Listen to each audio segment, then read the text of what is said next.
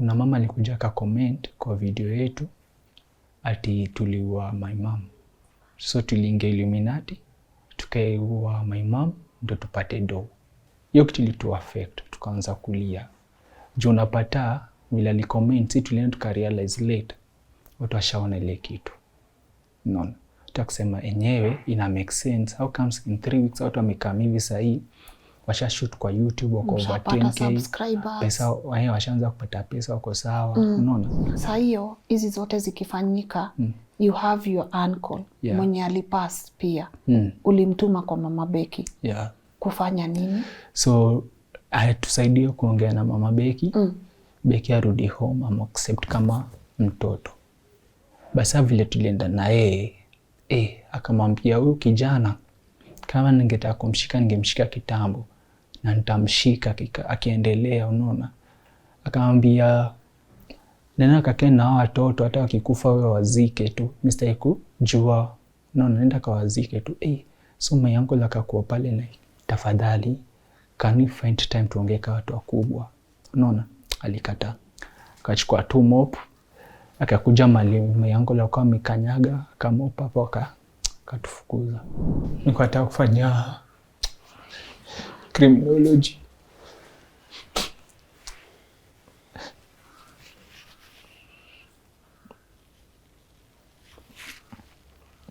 Criminology. So nacheki kwa sado nikafosiwa kufanya tu bazu. Hiyo ni dream imeenda. Kwa nataka kujengea mamamu kwake akae. Ashaenda. Dream imeenda. Nikataka kupatia mtoto wangu life better. Enye sikuona nacheki nikampoteza.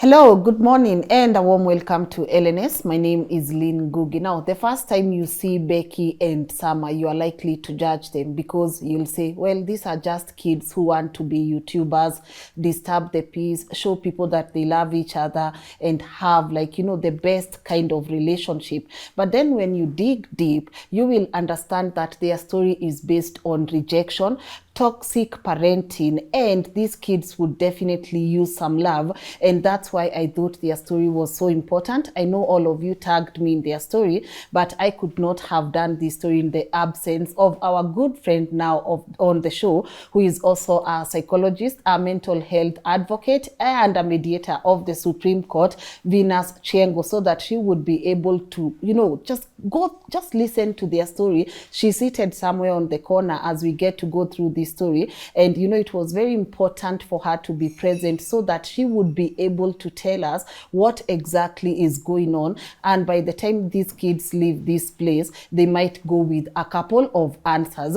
I'm about to let the first one reintroduce himself, but before I do that, allow me to say thank you to Elegance Fashion Kenya. As always, guys, I am rocking their new outfits, and I hope as always you guys love them. And if you do, the contact details are right here on the screen. Call and make an order if you are in a position to. And now, without further ado, please allow me to let my guest today introduce himself. Good morning. Good morning. How are you? I'm good. How are you feeling? I'm feeling good. Good. Yeah. We have to affirm you look nice. Yes. This is such a beautiful outfit. Thank you so much. What's the shirt? Is this what you call a shirt or a t-shirt? Shirt. This is a shirt. Yeah. It's lovely. Thank you. Yeah, how are you feeling? I'm feeling good. You're sure about it? Yeah. Hiya, introduce yourself. So, okay. Yes. Hi. So my name is James Magalo. Yeah. Na najulikana kama Summer. Yeah. From the Summer family. Yeah. Where did the name Summer come from? Okay, niliona. Okay, my name is James. Yes. So ningepata mtu ako na James wengi unacheki. Yes. So nikaona to be unique. Yeah. Ni bring your Summer. Yeah. So you are the one who gave the name Summer to yourself, or someone gave it to you? No, myself. Do you love it? Because I love it. We made. I love it. How are you feeling today? I'm feeling good. Yes. Yeah. It's been almost a week since we first met. Yes. And I know the last time we were together, you guys were going through a lot. Yeah. Especially from abuses from Becky's mom. Yeah. Have you guys spoken? No. No? At all? The brother. The brother? Yeah. He called you? Yeah. What did he say? Alikutusi. Alikutusi. It's all good. All right. I want to go to this part about you and Becky. Yeah. But before Becky came into your life, there was James. Yes. Right? So we would want to understand who James is. How did he grow up? Yeah. What kind of environment did he grow up in? So that we are able to get how your meeting with Becky came to be and your life, how your life has transitioned. Okay? Yeah. All right, take us through your story. So like nilizaliwa Mombasa.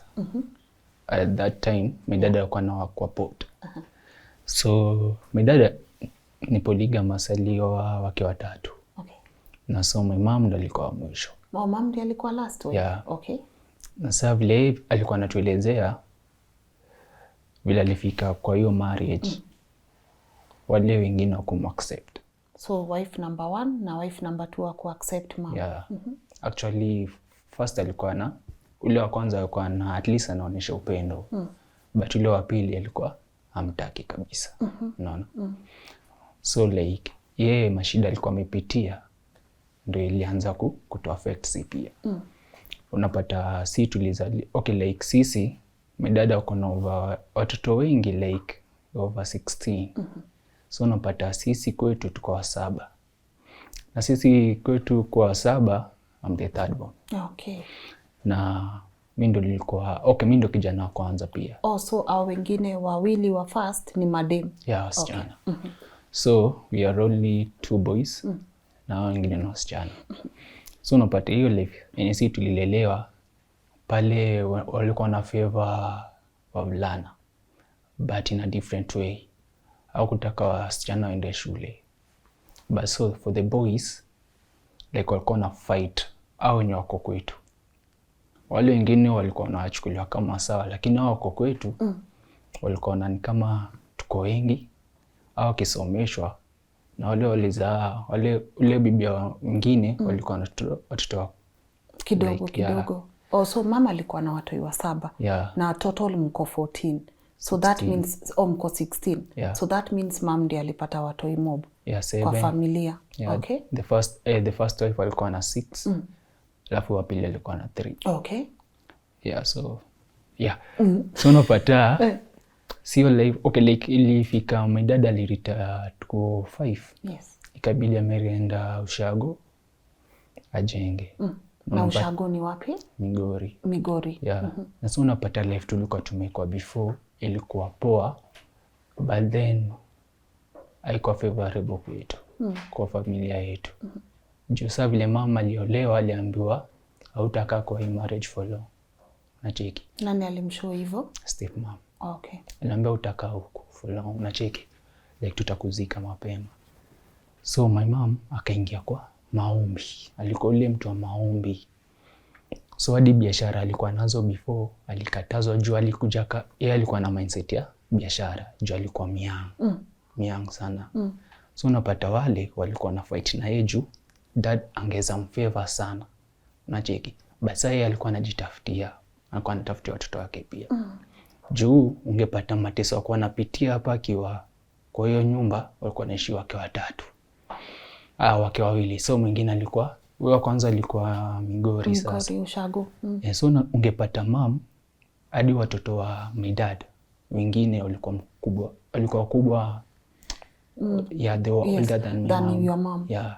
So ungeza pata anamesplitiwa, angeka maji ya kuoga, watoto wanakuja wanachukua maji, wana mtusi, wapei food. So hizo mateso wako wanapitia, angezambia dad alijua watoto na pia angesema ungekuwa na shida. Yeah, so like alikuwa anavumilia, unaona. So ilifika dada amerita tukaenda Ushago. Na Ushago kwenda mlienda Ushago ukiwa how old?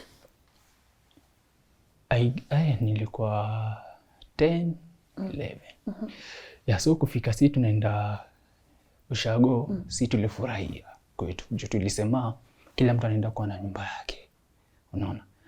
So si kufika as in mom amejengewa hapa, yeah. Bibi wa pili pale, alafu bibi wa tatu. Yeah, so but kila mzee watakuwa kwa nyumba ya yeah. but the same compound. Yeah. So we feel free. Yeah, mimi nilifeel free. Actually sisi sote tulifeel free kwetu. Tulisema at least tutakuwa na privacy. Unaona? But then hatukujua life yenye itakuwa Migori. Yeah. So tulienda Migori, life ilikuwa tu normal. Until my sisters wakaanza kuingia kufanya class 8. So vile walipita, alafu ile boma ni like wamekuanga tu wakifight watoto wasiende shule. Unacheki. So wanasema let's favor the boys waende shule, au wasichana wataenda waolewe. Unaona? But my mama alikuwa anafight watoto waende shule. Hata wasichana. Yeah, hata watoto wao, watoto wao, step mom. So ikafika my sister amefanya class 8 akapita. Akaenda national. So kufika anaenda national, fee hakuna. Like step mama amefight, hakuna mtu anaenda shule. Kama ni hivyo, aende hiyo shule ilikuwa hapo karibu na home. Hiyo day school. Yeah, na ni mixed school. So ungeangalia performance ya hiyo shule ilikuwa chini. Na vile mtoto amepita. Ameitwa national. Yeah. So mama ka struggle, akaongelesha ndugu yake, akamsaidia. Misita akaenda shule. So mama alikuwa anatuambia tu the only way ni nyinyi Kenya naweza wasaidia mwende shule. Masomo. Mkipata vile mnaweza saidika nje, mwende mtoke tu. And then ikameenda. Yeah. Actually vile my sister walitoka tu after form 4. Au kwa irudi home. Walikuwa na kama wanashtua watu wamekama home. Juu hatukuwa safe. Wezi jua kitu inaweza kufanikia. Juu mama ndo anatuambia kuko safe, like home haiko fit. Unaona? So ungeza pata mtu akitoka malize form 4 kurudi anaweza kuja nyumbani alale siku moja arudi. Juu ya nyumbani tu. So ikafika point like mimi nikaingia nikafanya class 8. Nikaingia shule. Saa shule pika kwa shida. Ningeza fukuzwa fee, narudi nyumbani nakaa for almost 2 weeks. Nikienda kuna exam. Unaona? So ilikuwa hard. Walimu pia walikuwa understand. Wangeza judge too easily, unacheki. So like ilikuwa ngumu. Juu unapata unaenda shule hauna chochote. Mimi ningeza pewa like form 1. Life ilikuwa hard hadi form 4. Siwezi sema shule gani high school? Kinyanjui. Kinyanjui. Yeah. Niko uko ndani shule like ushago, unacheki. Yani nilikubali kupelekwa huko Jiado. Hakukuwa na do. Unaona? Hata ungepita aje, ungeweza pelekwa. Juu walisema tu wewe hata upite au tenda mahali utasoma ile shule iko pale. So mimi nilijua tu juu kama ni mtu mkubwa ashakwambia hivyo, ushaika kwa mentality, ashaona mbali. Unaona? So unajua tu hata nisome nitakuja niingie hapa. So mimi hivyo ndo life yangu ilikuwa. So kufika point yenye nikaingia shule boarding ilikuwa ni Mungu tu. Unaona? So kuingia shule ilikuwa hard. Unapata fee ni ngumu kupata, hata pocket money ungeenda shule unaona vile watu wanakuja na pocket money, shopping nini. Wewe sasa hizo ulipewa 300. Hiyo 300 ni fare, ndo shopping, ndo pocket money. Unajifaitia juu unajua nyumbani mali umeacha hakuna chochote. So kufika nikamaliza nikascore marks yangu. Okay, niliscore C minor, unaona. But ina happen kwa nini? Juu si kwa shule most of the time. Unaona. So alafu pia mwalimu okay, like my deputy hatukuwa tunaelewana naye. Hakuwa friendly. Yeah, like kwa nini? Nilikuwa na passion ya kudance. But yeye alikuwa na act kama pastor. So alikuwa nakatia hiyo story na kudance. So vile mimi kukam shule nika bring hiyo story na kudance. Yes. Watu wakafurahia. Yeah. So ikafika point whereby watu wanaanza kwenda nje ile kwenda perform nini. Basi yeye alikuwa nakata story yangu. So ikafika hadi a point anasimama kwa assembly ananitusi, anasema tu ukijana hata unaona food ikipikwa tu uongeze chumvi ndio ita make taste. So anasema huyu kijana hata tuongeze chumvi kwake hakuna mahali anaenda. Unaona? So like imagine kwa assembly watu wamejaa. Huyu ni mzazi anasimama juu, ukiona makosa nilikuwa nimefanya to a point anani tusi hivyo. Nilikuwa nasikia vibaya nikaenda nikalala kwa dom. So yeye kukuja hakunisikiza. Mimi nikamwambia nasikia vibaya. So akatoka nikawa amenielewa. Lakini kesho asubuhi mimi nimekaa kwa assembly. Akaniita jina, nikaitwa mbele. Sasa ilipata kila mtu ako shule form 1. Mbele ya kila mtu? Yeah, form 1. Anakuhumiliate mbele ya kila mtu? Yeah, hakunipatia time ni explain. So hadi akabring upon akansema ati hata babako hakutaki, ati umeshinda ukisumbua. Sasa nikashangaa, babangu nimekuwa nikimsumbua ati anitaki vipi? So yeye akaenda. Now this is a deputy. Deputy. Akaniambia babako hakutaki, sijui unasumbua mara nini, like hakuna kitu fanya ama utaipita nini, utabaki tu kuwa hapa. So jamii ilikuwa uchungu. Nikatoka hapo nikaenda nikapigia babangu. Babangu akaniambia mimi haja receive call kutoka shule. So mimi nikasema sasa niende nikaapproach deputy nimuulize kwa nini amedanganya. Amedanganya kaniongelea vibaya. But niko na tu niachane tu na yeye. So ikakuwa tu nakuja class na nyamaza tu. Paka nikamaliza shule nikatoka nikaachana na yeye. So after form 4, after 2 weeks, mama akasema ufai kukaa hapa. Unafaa kutravel uende Nairobi kukaa na dadako. Sasa mimi pia nikajipanga nikaenda kukaa na dadangu. Sasa wajua dadangu pia anajipanga maisha iko fiti hiyo time. So ungeweza pata pia tunateseka, tuna struggle nini. But nikikumbuka niko na mai yangu mwenye ako well off, ako Nairobi. Basi vile ningeza mfikie ndio ilikuwa hard. So nilistruggle tu nikaishi na my sister, nikapata job. Kwenda job nikafanya for a week. Ulifanya job gani? Ilikuwa ya marketing. So unapata actually ndo nikakuja nikarealize so Kenya haifavor kila mtu. Kwenda job unaweza ambiwa like the key point wanaangalianga ni time. Walikuwa wanafungua saa 3. Mimi ningeamka 6. By saa 1 ama saa 2 niko pale. But wengine wangekuja saa 4. Basi siku moja mimi tulikuwa watu tumekaa. Yo supervisor akakama akasema tu kesho usikam job. So mimi nilidhani ameambia kila mtu wasikuje job. So mimi kesho yake na confirm na watu wengine wananiambia wako job. So mimi ndo nilikuwa nimefukuzwa. Nacheki. Mimi niliambia tu kesho leta vitu zako, vitu zetu za job nini. Ati tunakustopisha au wengine pia tumewastopisha. So nikadhani tumefukuzwa sote. Lakini kumbe nikakuja nikarealize nini fukuzwa peke yangu. Wananiambia wewe pesa yako tutakutumia tu baadaye. Akasema sawa. So mimi nilikuwa nachukulia okay hizo mtu angenifanyia negative. Okay like mtu angenifanyia mabaya ningechukulia positive. Anything like ningechukulia tu positive. Nilijua tu everything will be good, unaona. So ifika point like watu wanaenda shule like in 2 months mi kazi iliharibika, nafaa kwenda kujoin shule na hustle nipate do juko home. Sasa mimi ndo kijana kwanza anaenda kujoin college, au wengine hakuna mtu amejoin, unaona. Kwa hiyo boma mzima like au vijana sasa kuna mtu amejoin, so wakaona waanze kunifight, unacheki. Sasa kuna fee yenye nitalipiwa, wanasema tu ukishamaliza form 4 jitafutie. So hoja mimi nilikuwa na hiyo passion, nataka niende shule, nataka tu niende shule kama wenzangu. Lakini sasa ikafika in 2 months nafaa kuingia shule. I have an uncle akona do. Siwezi approach nikamwambia nilipie fee. Juu alishalipia madada zangu wale wa kwanza, unacheki. So sikutaka kumburden. Mimi nilienda approach nikamwambia uncle, najua kuna mabusiness, najua kuna mashamba, tafadhali. Najua mimi ni kama mtoto wako but naomba tu niende huko kwako shambani nikafanye kazi kama wale wenzako so that naweza pata fee niende shule. Nacheki. Sasa ni brother ya mama. Juu alikuwa anasema amefundisha watu wengi lakini watu wengine wamemdisappoint. But mimi nikamwambia people are different. Kwa naweza nifanyie tu favor moja.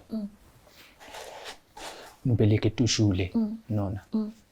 acha nitafanya tu kazi hapa. Hawafanye kazi. Alikubali. So mimi nikaenda shambani kwa Kitui sasa. Alikuwa na shamba ya kuuza mimea. Nilikuwa naamka asubuhi 6 naingia shamba. Ningeweza toka shamba 6 jioni. So like naamka 6 asubuhi na kuna breakfast, ningia shamba. Na take break ya lunch. Alafu narudi shamba. Na hao wafanyikazi wote walijua huyu mtoto ni mtoto wa huyu mdosi. Unacheki? Walijua kila kitu. But sasa mimi singeweza jichukulia I'm that special, nilikuwa nachukulia kao wengine. Chakula watu wangekula ningekula. So ungeza pata au my uncles wengine, mandugu zake na madada zake walikuwa wanasema huyu kijana anafanya nini huko? Unaona? Like afai kuwa huko.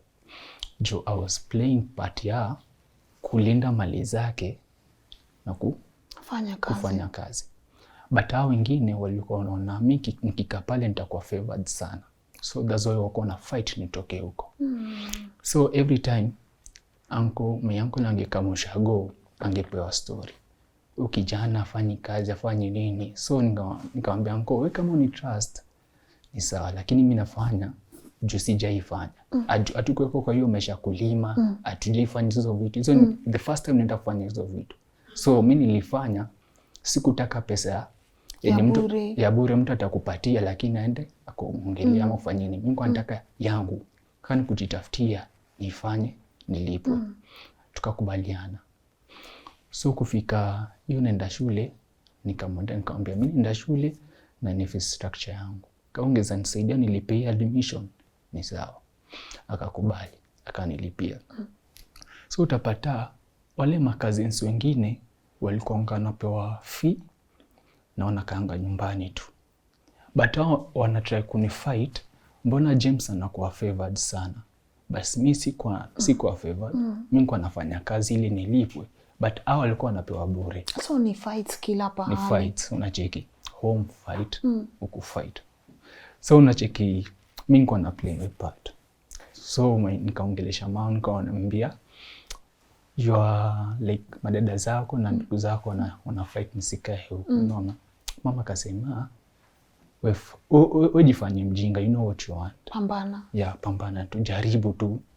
Unajua kitu tunataka. So mimi kafika nikaingia shule vizuri. Alafu saa kole ulienda wapi? Hiyo PC Kinyanjui. PC Kinyanjui. Yeah. Ulikuwa umeenda kustudy nini? Tourism management. Of which tourism management haikuwa choice yangu. Choice yako ni? Criminology and criminal justice. Ati? Criminology and criminal justice. Yeah. Okay. Hiyo ndio ilikuwa point yangu. Yeah. Hii tourism management naweza sema niliforsiwa kufanya. Bora uingie kwa. Bora niingie tu na mimi sikuitaka. Unaona? Hadi nilitry kuwa bembeleza, mimi nataka kufanya hii. Nitasema ukifanya hii utajilipia fee. So ili ufanye hii. Sasa mimi pia nikaingia kwa hiyo nifanye tu, nikimaliza nitakuja nijifanyie hii. Sasa kaenda hivyo ikakuwa like fee kitakikana na call my uncle.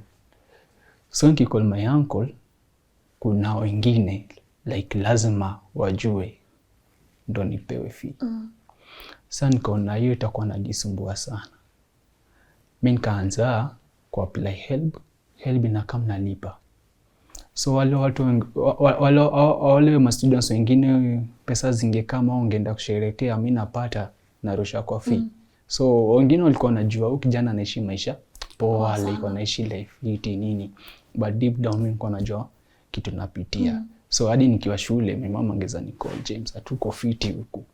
Ukiwa shule? Niko shule. Mama na kucall. Yeah. Ndio akiniambia hivyo najua life yenye koko. So mimi hiyo kidogo ningekuwa namtumia tu bado. Unacheki. Sasa hadi nilikuwa natoka shule hiyo Kinyanjui every Friday nikienda kwa my uncle Kitengela. So that ani drop Monday tao ndo niende shule. So ungeza pata times natembea kutoka shule hadi tao ili nipate fare ya kufika Kitengela. But hakuna mtu angeza jua. Nilikuwa najinyamazia. Yeah. Singeza call my uncle. Alikuwa na do vizuri. alikuwa anafanya hapa town na kwa na gari, ningetaka kunini, ningekuwa na anko nipeleke, unaona, manko natoka hivi nitumie fare, sikutaka kumsumbua, nataka kuishi life yangu tu. So mimi kwa najituma tu kivyangu. So ikafika a point mali sasa ningeza approach my uncle, but angeza nisaidia. Kwa nini? Alikuwa anaambiwa vitu uko so ungeza pata my first sister bila alienda shule, sasa alisaidiwa kulipa fee. Yes, like akumanage ku graduate, so ungepata alikuwa na balance zingine. I don't know kitu ili happen, but alikuwa na balance. So au maanti zingine wako naambia vile huyu wa kwanza alikudisappoint, ukijana pia atakudisappoint, unaona. So ikakuwa like anaona ni kama anaharibu do. Sasa mimi nampembeleza huko anko nitumie their food, ana blue tick. Nashangaa kwani nimefanya makosa gani? Nikitry ku call mom, naambia ndugu yako amechange, na try kumomba their food, a respond. Unaona, anaambia tulia wewe, ngoja nini. Ningemtext the next day, a respond. Unaona, so nasema sasa huyu mtu akiniacha hapa sasa nitabaki na nani? Unapata huko home siwezi enda. Play kwa my sister pia sasa siwezi enda. Nategemea home jamaa, lakini sasa vile ananifanyia ndo nasikia vibaya. So ungeza pata ningemomba pesa, dada zake wangesema usimpatie, achana na ateseke. Unaona? Na huyu ni dadake mamako. So na hao watoto wake walikuwa wanakuwa favored, wanalipiwa fee, wanafanywa kila kitu. But sasa sisi hataki. Na jamii kwa sifanyi bure, na nafanya kazi ili every holiday inge happen hivi, ongeza sema mimi acha nene nikatulie na familia yangu tu celebrate. Mimi ningeenda kwa mama yangu nikaeka mfanye kazi. Every holiday hadi December. The last time nili celebrate na familia yangu Christmas ilikuwa 5 years ago. So unaweza imagine hizo years zote nimekuwa kwa my uncle na nje. So like nilikuwa na move. Kafika hiyo time ya corona. Sasa things zikakuwa complicated, na fikiria nitakimbia au mama nitaenda wapi? Akasema we come twende ushago. Yes. So tukaenda nayo ushago. Basi ungepata napewa pesa ya food. Nene nikabuy food shopping nini. But kuna watu walikuwa hataki. Walikuwa wanaona wanafaa kwa hizo pesa. So ilifika like my uncle ameanza kunitrust na yeye ananipatia do. Wale wengine wakipewa hawarudishi change. So like alikuwa anaona the only way ni New James. But vile watu wako wanampatia maneno ndo alikuwa anashuku anisaidia maache. But mimi kitu naweza fanya namshukuru jali play part yake. Good. So corona mimi nilikuwa na hustle mama ananiambia kitu nafaa kufanya saa hii kuja ujenge Simba. So before hiyo Simba, kwa wale watu waelewi Simba, unaambia Simba ni ile nyumba ndogo ya kijana anajengewa aache kuishi kwa nyumba mzazi. So unapata like before in form 3 sasa niko shule, mama kanicall. So unacheki nataka kumomba pesa, nataka kumomba do, nikamcall. Nikamcall. Akaniambia huku nyumbani kuna shida. Nikamwambia shida gani? Akaniambia shamba yako inauzwa. Unaona? So napata wale vijana wengine walishapewa shamba imebaki ni yetu. Basi sasa wale maboys wanafight shamba iuzwe ili wajenge. Unaona? So nikamwambia mama akasema usikuje. Unaona? Kikam utalitoa vita tu, unaweza uliwa, katu shule umalize. Huku akose. Kaambia hii shamba ni yetu mama. Ikienda ni hivyo. Unaona? Watainua shamba. Mama akasema usikam. Kikam utajaribia. Katu shule usome. Unaona? Watu waliuza shamba ili wale vijana wakubwa wajenge shamba yetu. Na wanajua vizuri hii shamba ni hao wadogo. Unaona? Shamba ikaenda. So hiyo time actually hizo pesa yenye walipata sikupata shilingi. Walikula do yote. So unaweza imagine ani mandugu zako. Unaona? Sasa ite mama ananiambia nende nikajenge, nikamaliza na kama kujenga wapi unaona. Najenga wapi? Akaniambia it's better come tu utafute ka space kadogo tu ujenge hiyo simba. Sasa mimi nikamwambia sawa, acha nianze kununua vitu pole pole. So hiyo time niko huko kwa meyangu yote ya corona na hustle na mtumia mama pesa ninunue mabati. Unaona? So mama kaanza kununua mabati pole pole anazieka unaona. So hiyo ilikuwa 2020 huko hiyo time ya corona. So ikafika naenda shule, kaongelesha my uncle, help ka come in ka sort out. Nikarudi shule. So hiyo I can remember my mama can call a week before. Like a week before akufe. Akaniambia harakisha kuja ujenge.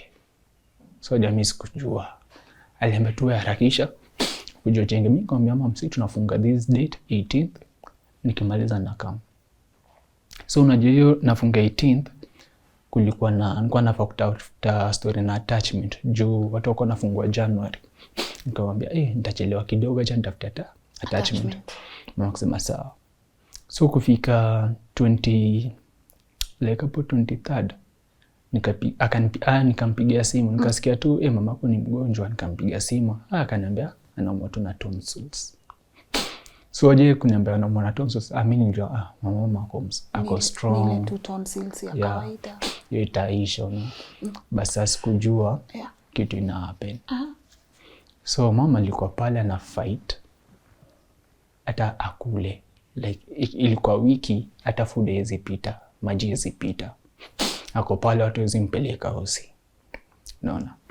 Wazimpeleka hosi na walikuwa na card ya hosi.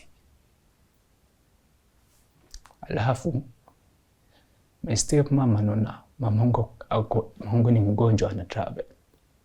Unaona? Alijua ni mgonjwa but ali travel. Akarudi siku mamamu amekufa kesho yake.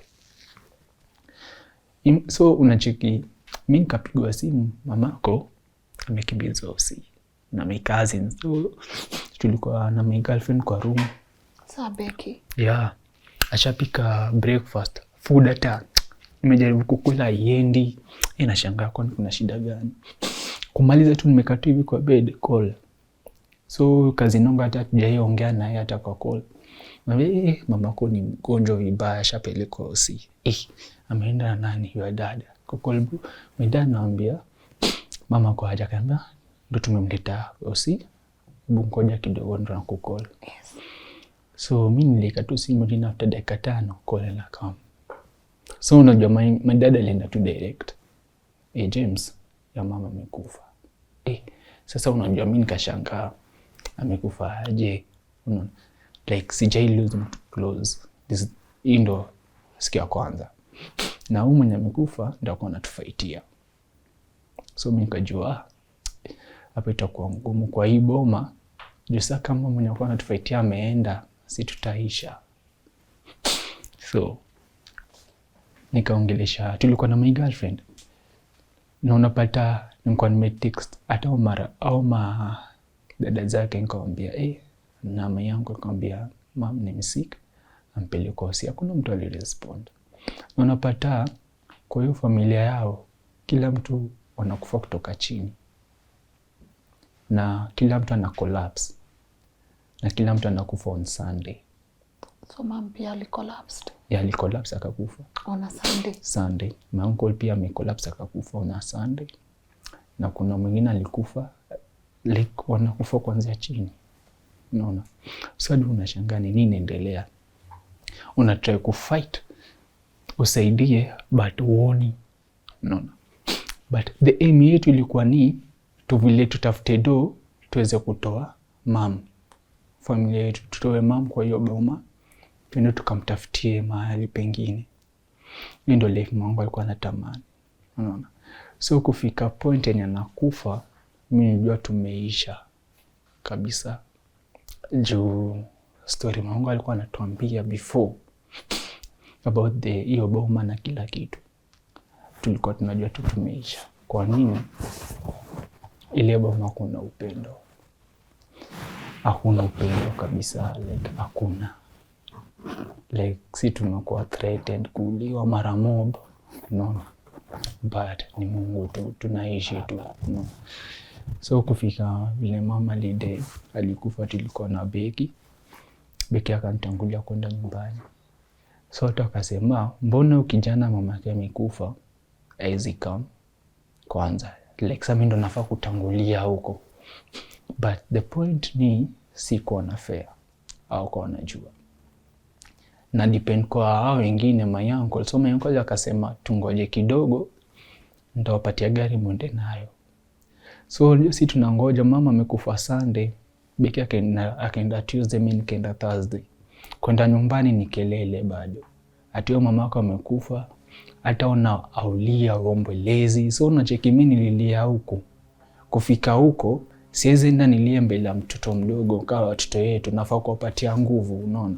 So unafika maneno ndo hiyo sana, like kila mtu ako on your side. Mbona ukufanya, mbona ukukuja, mbona uli. Sasa ushaingia, hiyo ndio vitu za kwanza umeanza kuulizwa. Mbona uli? Ati mbona uli na ukuja mapema? Yeah. Okay, hold kidogo. Now you've mentioned your girlfriend Becky. So at this point ukiwa college, Becky is in your life. Yeah. Now take me to meeting Becky ndio turudi ni wote sasa mko home. Yeah, so unaona ile time ya corona tukarudi Nairobi after corona iliisha. So ile wakati nilikuwa natafuta shop, my uncle alikuwa anataka ku set up business. Nilikuwa napita kwa duka kina Becky. Na saa mimi ile time nilikuwa napita nilikuwa namonanga basi asingeweza mfikia. So ilifika point whereby nikasema acha nimkute. Kena nikamdanganya like okay, like nile nikamdanganya ati mimi ni programmer, I'm working on this. Ati wewe ati okay, like mimi ni programmer, I'm working on a certain app kama Netflix. Yeah, utakuwa unalipia chochote. Yeah, so lines lazima turushe. Lazima. Lugha lazima.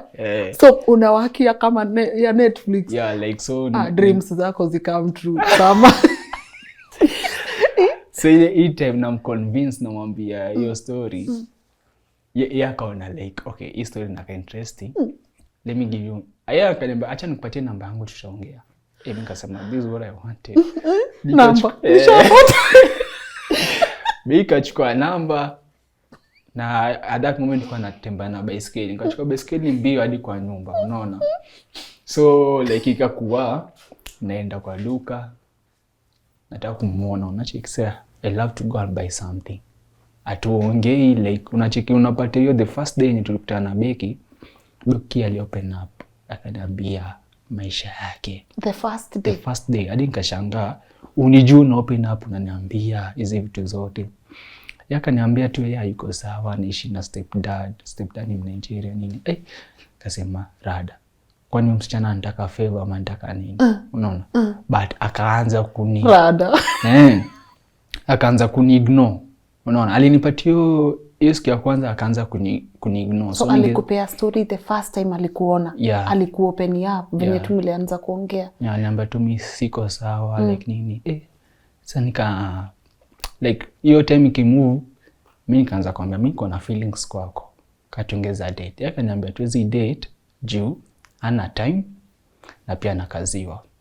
So like hata create time to meet. Nikamwambia no. Time itakam. Kani kudate acha to date. So nikaanza kumbembeleza nini. Anambia tu mimi sitaki waste your time. Tutakaa hapa lakini hatutaimit. So anakaziwa. Like angeza okay, at that moment alikuwa anatoka duka shop kitu 10 inaelekea 11. Ni past curfew. So ni supermarket wako nayo? Past curfew. So unaweza imagine alikuwa anafika home anafanya vitu zingine, tunaanza kuongea saa 8 ama saa 6. Hiyo ndio time nilikuwa napata kuongea na yeye. So mimi ningelala alafu ni create time. Mchana ikuwa rahisi, angekuwa busy kwa shop.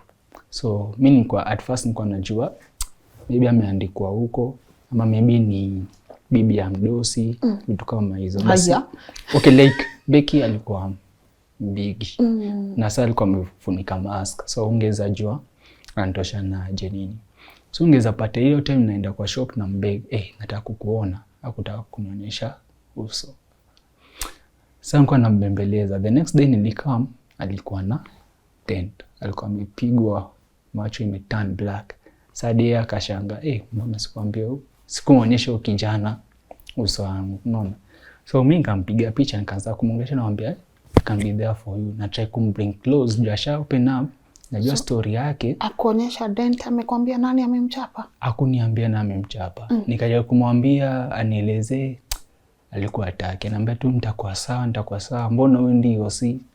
Anambia ati niko sawa nini. So mi daily naenda pale nampata macho imefura, macho huku ni red na huku kwa nini black. So every time naenda naomba nionyeshe, hataki. Asa mimi nikaona the only way ni acha nimpatie time yake. Siku yenye Becky alikuja kufungua ni after hiyo time ameheal. Na sasa vile tukaanza kudate tukakuwa more close. Unaona? Okay, like mimi naweza confess, I know like tulikuwa tuna meet like morning kitu 6 ikielekea 7. Jo angeza anafaa kufungua shop kitu saa 2, ange create time to meet asubuhi kitu for 10-15 minutes, unaona? Na hiyo time anafunga shop ningemsindikiza home. Jo ni msichana anafunga kitu 11, anaenda home peke yake. So mimi ningeanza msindikiza basi kwa nafika home, unaona? Sikakuwa hivyo, tukaanza kubond like tuko tumedate for one month. So kufika point like ananiambia ati anatoroka home, mimi nilikuwa shule. Akaniambia mimi natoka home, sitaki kujua ima nimefika ni mwisho. But hiyo time ilipata miseko on my sense, ilikuwa almost nilikuwa nimechoka na dose. So mimi nikamwambia okay, we'll talk tomorrow. Sikujua kitanapitia. Kisha asubuhi ndo naamka napata text akaniambia ametoroka juu place yuko mara nini. Sasa mimi kaanza kuwa na stress. Msichana tumejuana na yeye juzi, ashatoroka kwao na tuna date na yeye, nifanyaje? Kauliza marafiki zangu hapo tulikuwa tunakaa na yeye. Sasa kaniambia wewe fanyaje? Unaenda kachukua msichana, unaona? Naenda tukachukua msichana. Nikamwambia bro, nitampeleka wapi? Ni hiyo time nishalipiwa hostel, nafaa kukaa kwa hostel. Na hiyo time tumemaliza tu wiki tangu watu wafungue. So nilikuwa nakaa kwa my friend, hiyo time watu wasomi. So naenda nakaa kwa rafiki yangu nini. So huyo rafiki yangu kanifungua akili, bro, tafuta kitanda ukaange kwa hii space. Ndo kwange tu kidogo narudi shule. Usilipe rent. So mimi nikakubali nitafute kitanda. Nikampigia Becky hiyo time nikamwambia mimi nishalipa hostel, nafaa kutafuta niweke bed. Unaona? Akasema sawa, jaribu kujifix, vitu zitakuwa fit. Sikujua nitakuja kuishi na Becky hapo. So ikafika point nafanya exam na next week. Like nafanya exam na nafaa kwenda kumchukua.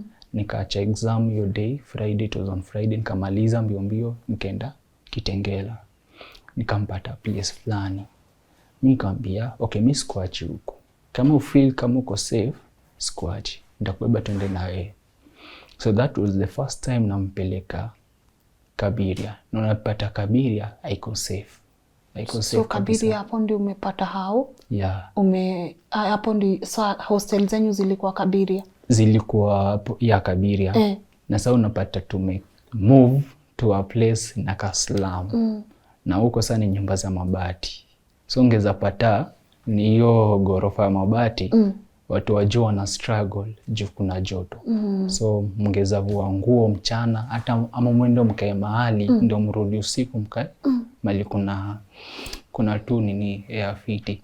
So ungeza pata hata kumpeleka huko yali accept your life.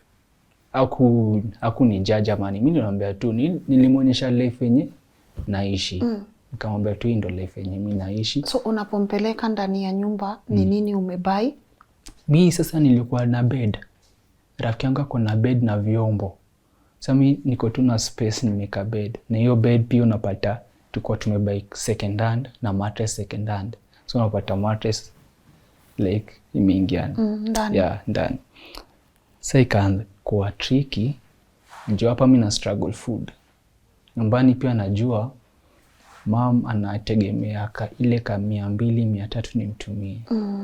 Niko na msichana hapa, nitasurvive aje? Sika kuwa tuna struggle, hata times tunalala njaa. Unacheki, namwacha kwa nyumba, mimi naenda shule, natembea, narudi natafuta ile 20 bob tu. Nikikaa namtafutia chips ama yeye anunue keki ya kunywa na strong tea. Ndio ilikuwa life daily. So tulikuwa tuna move pole pole. So even mama mpigi mamake hapana, amtafuti alikuwa anamtafuta but in a wrong way. What's the wrong way? Alikuwa anamthreaten, anamtusi, like mapolisi walikuwa wanatupigia tu simu, unaona. So si hadi tulikuwa tunaogopa. Na so nilikuwa nataka kumwambia wewe rudi home, wewe ni mamako nini, ananiambia mimi sirudi. Beki angezalia, nikimwambia rudi home analia. So nashangaa mbona msichana analia nikimwambia rudi nyumbani. So ikakuwa akaanza kunipatia details pole pole vile kwa kuna kaa na maisha na go through nini. So ndo nikaanza kumunderstand pole pole. So ungeza pata mamake anatutext, anatutumia matusi, ati ni hamtaiona mbali hata na tutoe, na mtaifika mahali mtabaki tu kwa utateseka na watoto nini. So ningemwambia huyu mamako ongelea hadi watoto wetu. The best way ni to struggle tuone vile tutaenda home, uongee na your mom. But yeye ananiambia time itakam, time inakam. So unacheki anytime ni call ingetoka kwa mamake ilikuwa tu kelele. Angeza mtusi. So beki angebaki pale analia, ulcers zinapanda na anabaki na shida ni sisi, unaona. Atungeza call mamake tumwambie beki ni mgonjwa, tunafaa kumpeleka hosi. Si ndio kwa najitafutia. Beki akikuwa mgonjwa, beki yake nini, unaweza imagine akitoroka alikuwa na nguo moja hivyo tu. Like msichana alitoka kama na chochote kwao. So kufika anakam hadi akaanza kuvaa nguo zangu, unaona. So like tukakuwa kama ndugu na dada, anavaa nguo nini. Pole pole tukaanza kununua vitu pole pole tu, maisha ikisonga, unaona. So mlikaa how long kwako na Beki ndio mama kapas? Tulika naye November, mama akakufa December. Yeah. So mshaka naye 1 month already. Ameenda home. Saa kutangulia ameenda kwenyu. Yes. Na wewe ameenda Tuesday. Wewe umeenda huko Thursday. Yes. Sasa ameenda kwenyu, amejitambulisha kaa nani? So like nilikuwa nishaongelesha my sister, alikuwa huko. Sister yako alikuwa huko. Sasa sister yako mkubwa, mmoja wa wakubwa. Yes. Nikamwambia I have a girlfriend na nakam. Okay. Na so unajua singeza muelezea mashida yenye mnapitia. Mimi nikamwambia tu mkubali ka dada yenu anakuja. Okay. So unajua pia ilikuwa tema matanga hizo uliza hizo maswali. Walimu-accept. So wale wenye walikuwa huko walikuwa kwa story like ni nani? Amekuja kufanya nini? Unaona. So ikabidi introduce kama introduce kama wife, bibi yangu.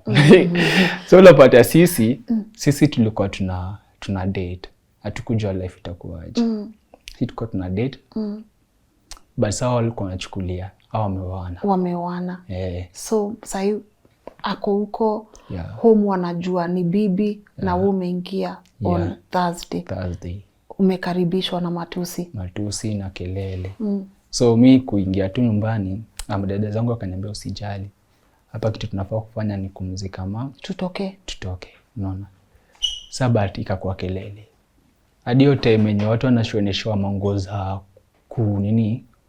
za matanga Beki alishoneshwa kama bibi yangu.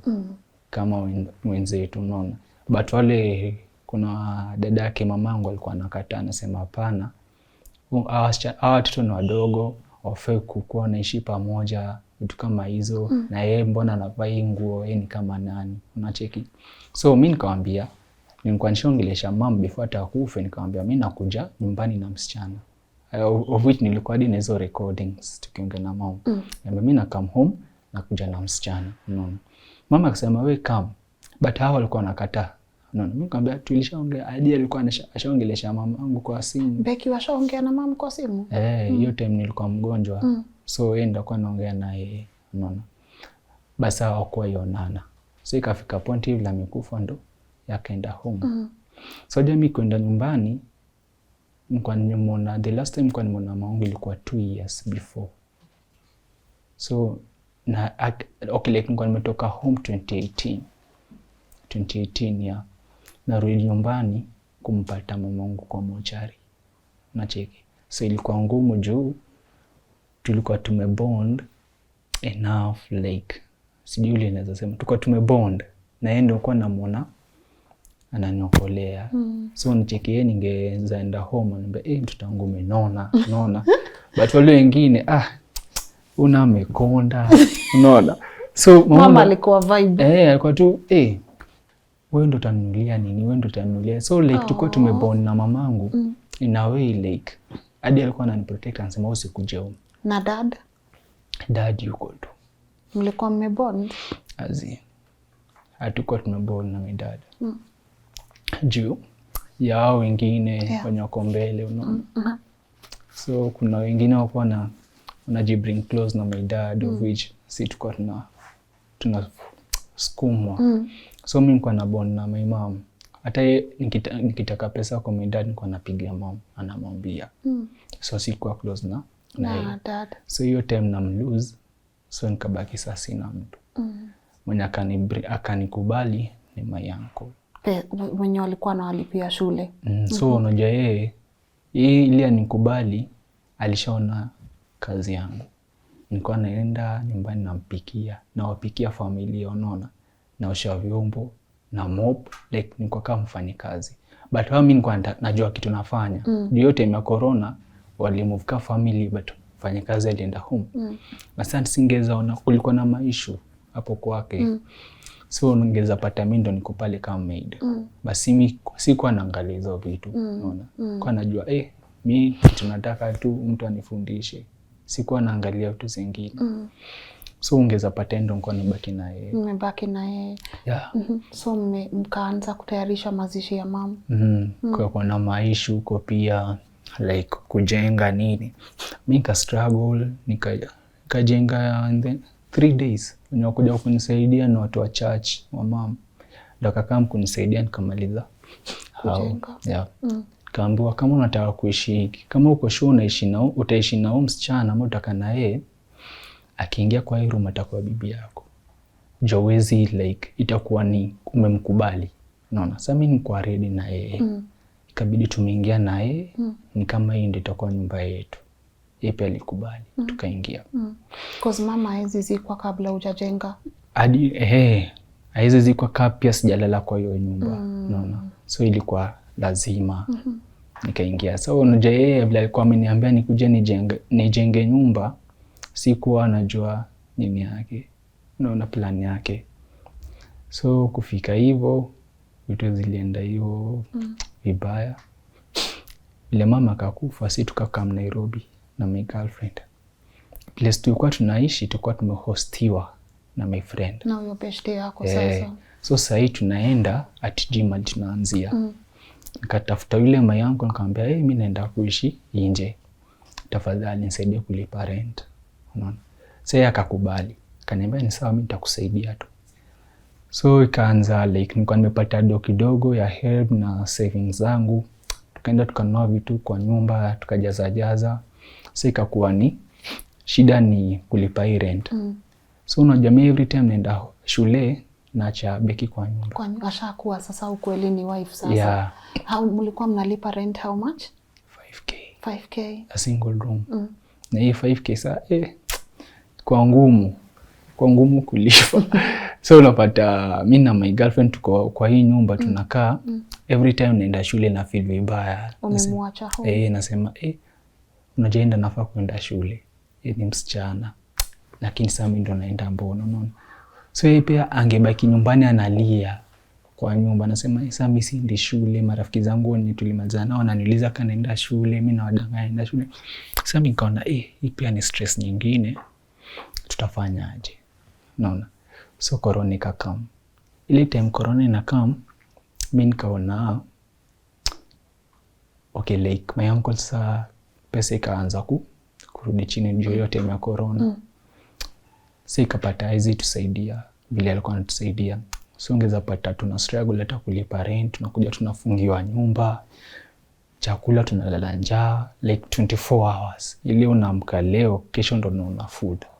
So tungekaa tu kwa nyumba tunajifungia na maji nini. Landlord anakam ataka rent. So hadi tunamdanganya like manze medada amesema analipa this date. But ikifika hakuna, unapiga simu nyumbani unatumia 1800. So 1800 unashanga hii ndo rent, hii ndo food. Na uko na msichana kwa nyumba. Na wanajua niko na msichana, unaona. Juu nilisha hiyo after matanga nilikaa chini kuelezea huyu msichana ni demu wangu. Nilikaa chini na nikaelezea ati tafadhali huyu msichana nampenda, nataka na yeye. Nikawapatia a bit like a brief kitu ana go through, but wengine walijudge. Jao kujua kitu. Unajua hakuna mtu anaweza feel kitu na go through kama si wewe. Si wewe. Hakuna. Like mtu atasema chana nayo. Vitu zinakuanga si pia tushapitia vitu kama hiyo. But hawajui. So unapata family wako na fight pia. So ikabidi sisi tuende tuishi maisha yetu. So ungepata maisha ilikuwa tough, tukaoneleaje why don't we try YouTube? Unaona? So YouTube ilikuwa yote ya Valentine. Tukaonelea tuanzishe YouTube tuone vile tunaweza. But sisi akili yetu ilikuwa by December, hiyo ni Feb, tukajua by December ndo tutakuwa monetized, tuanze kuingiza pesa. But hatukujua. So si vile tulianza in 3 weeks time tukaanza kushoot. Like tungeza kuwa tunashoot video, tunatembea hadi shule. Tunaenda tunapost na wifi ya shule, tunarudi home. Hiyo home tunatafuta hiyo food tunakula. Hiyo food tungekula ndo tungekula kesho yake breakfast na ndo lunch. So unaweza feel hiyo tumbo yako. Sasa tuseme ni rice na maharagwe. So unaweza imagine rice na maharagwe tena unaenda shule. So tumbo yako haiko poa, unaona. So tungeza kula food yenye milala like every time. So kufika ilio tukianza YouTube tukaanza kushoot, tukaanza kujulikana. So ndo maisha ikaanza kuwa bit fit.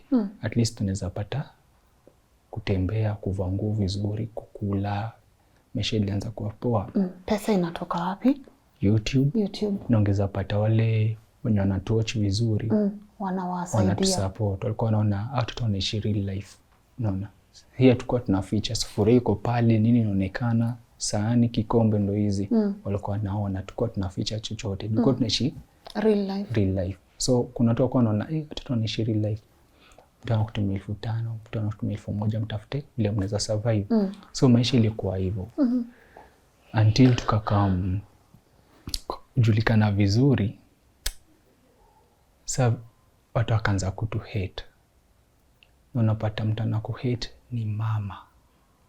Kuna mama alikuja ka comment kwa video yetu ati tuliua my mom. So tuliingia Illuminati, tukaua my mom ndo tupate do. So hiyo time washaanza kuona tumeanza kuingiza pesa. But watu wana hate. Hiyo kitu ilitu affect, tukaanza kulia. Juu unapata vile alicomment, si tulienda tukarealize late. Watu washaona ile kitu. Unaona? Tutasema enyewe ina make sense. How comes in 3 weeks watu wamekaa hivi sahi washa shoot kwa YouTube wako over 10k. Pesa washaanza kupata pesa, wako sawa. Unaona? Washafungua ya Airbnb. So watu wakaanza kurate wakasema no wonder huyu mtu ameua, waliua mama yao. Hoja si ilituumiza, tukasema kama watu wanaongea hivi ati tuliua mama yetu, tulimua aje? Ati tuliingia Illuminati. Juka tungeingia sasa mimi si believe kwa Illuminati niko. Na kama ingekuwa tungekuwa mbali, tungekuwa hapa. Unaona? So watu wakaanza kutu hate. Sasa si tunalia, ile tunajifungia kwa room tunalia. Kesho bado tunarudi na shoot content.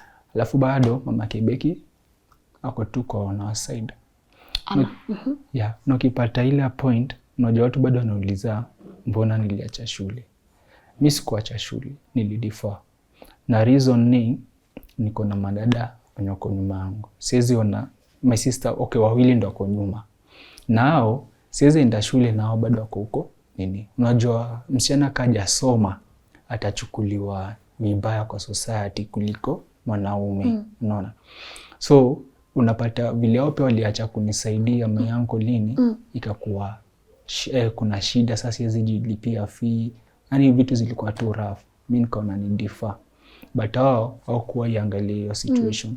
Walijua tu huyu mtu ameanza kuingiza pesa, akaacha shule. Lakini hata pesa yenyewe inapatikana haikuwa mob, unaona. So singeweza endelea na tunapata pesa na Becky yako hapo. So point yangu ilikuwa ni tupate do vizuri, yaende shule mpya ende shule, tumalize.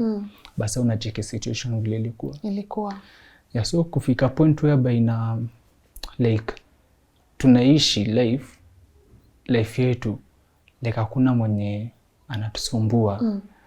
So tukapata ball sasa. Yeah, na my girlfriend.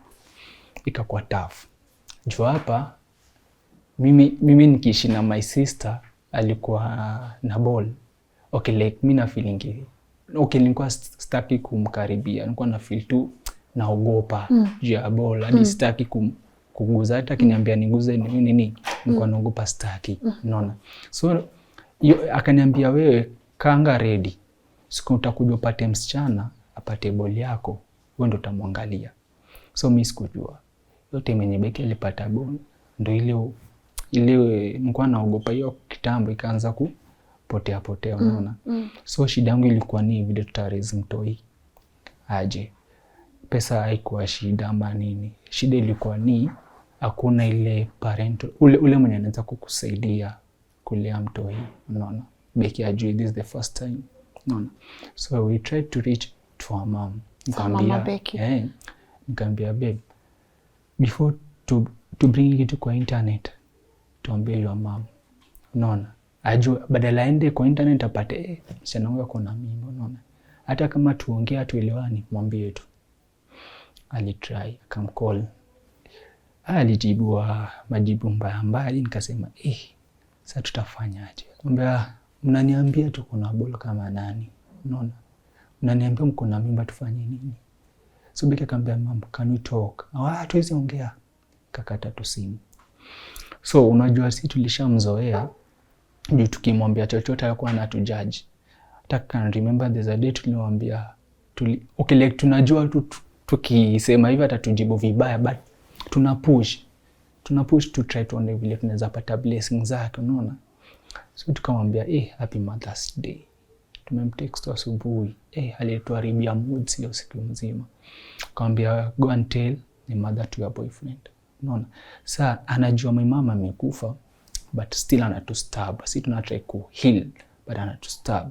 Unajua kama ni mzazi angeza tusaidia, angetu bring close. Hata kama kuna kitu tunafanya makosa tuambie hivi na hivi mnafanya vibaya.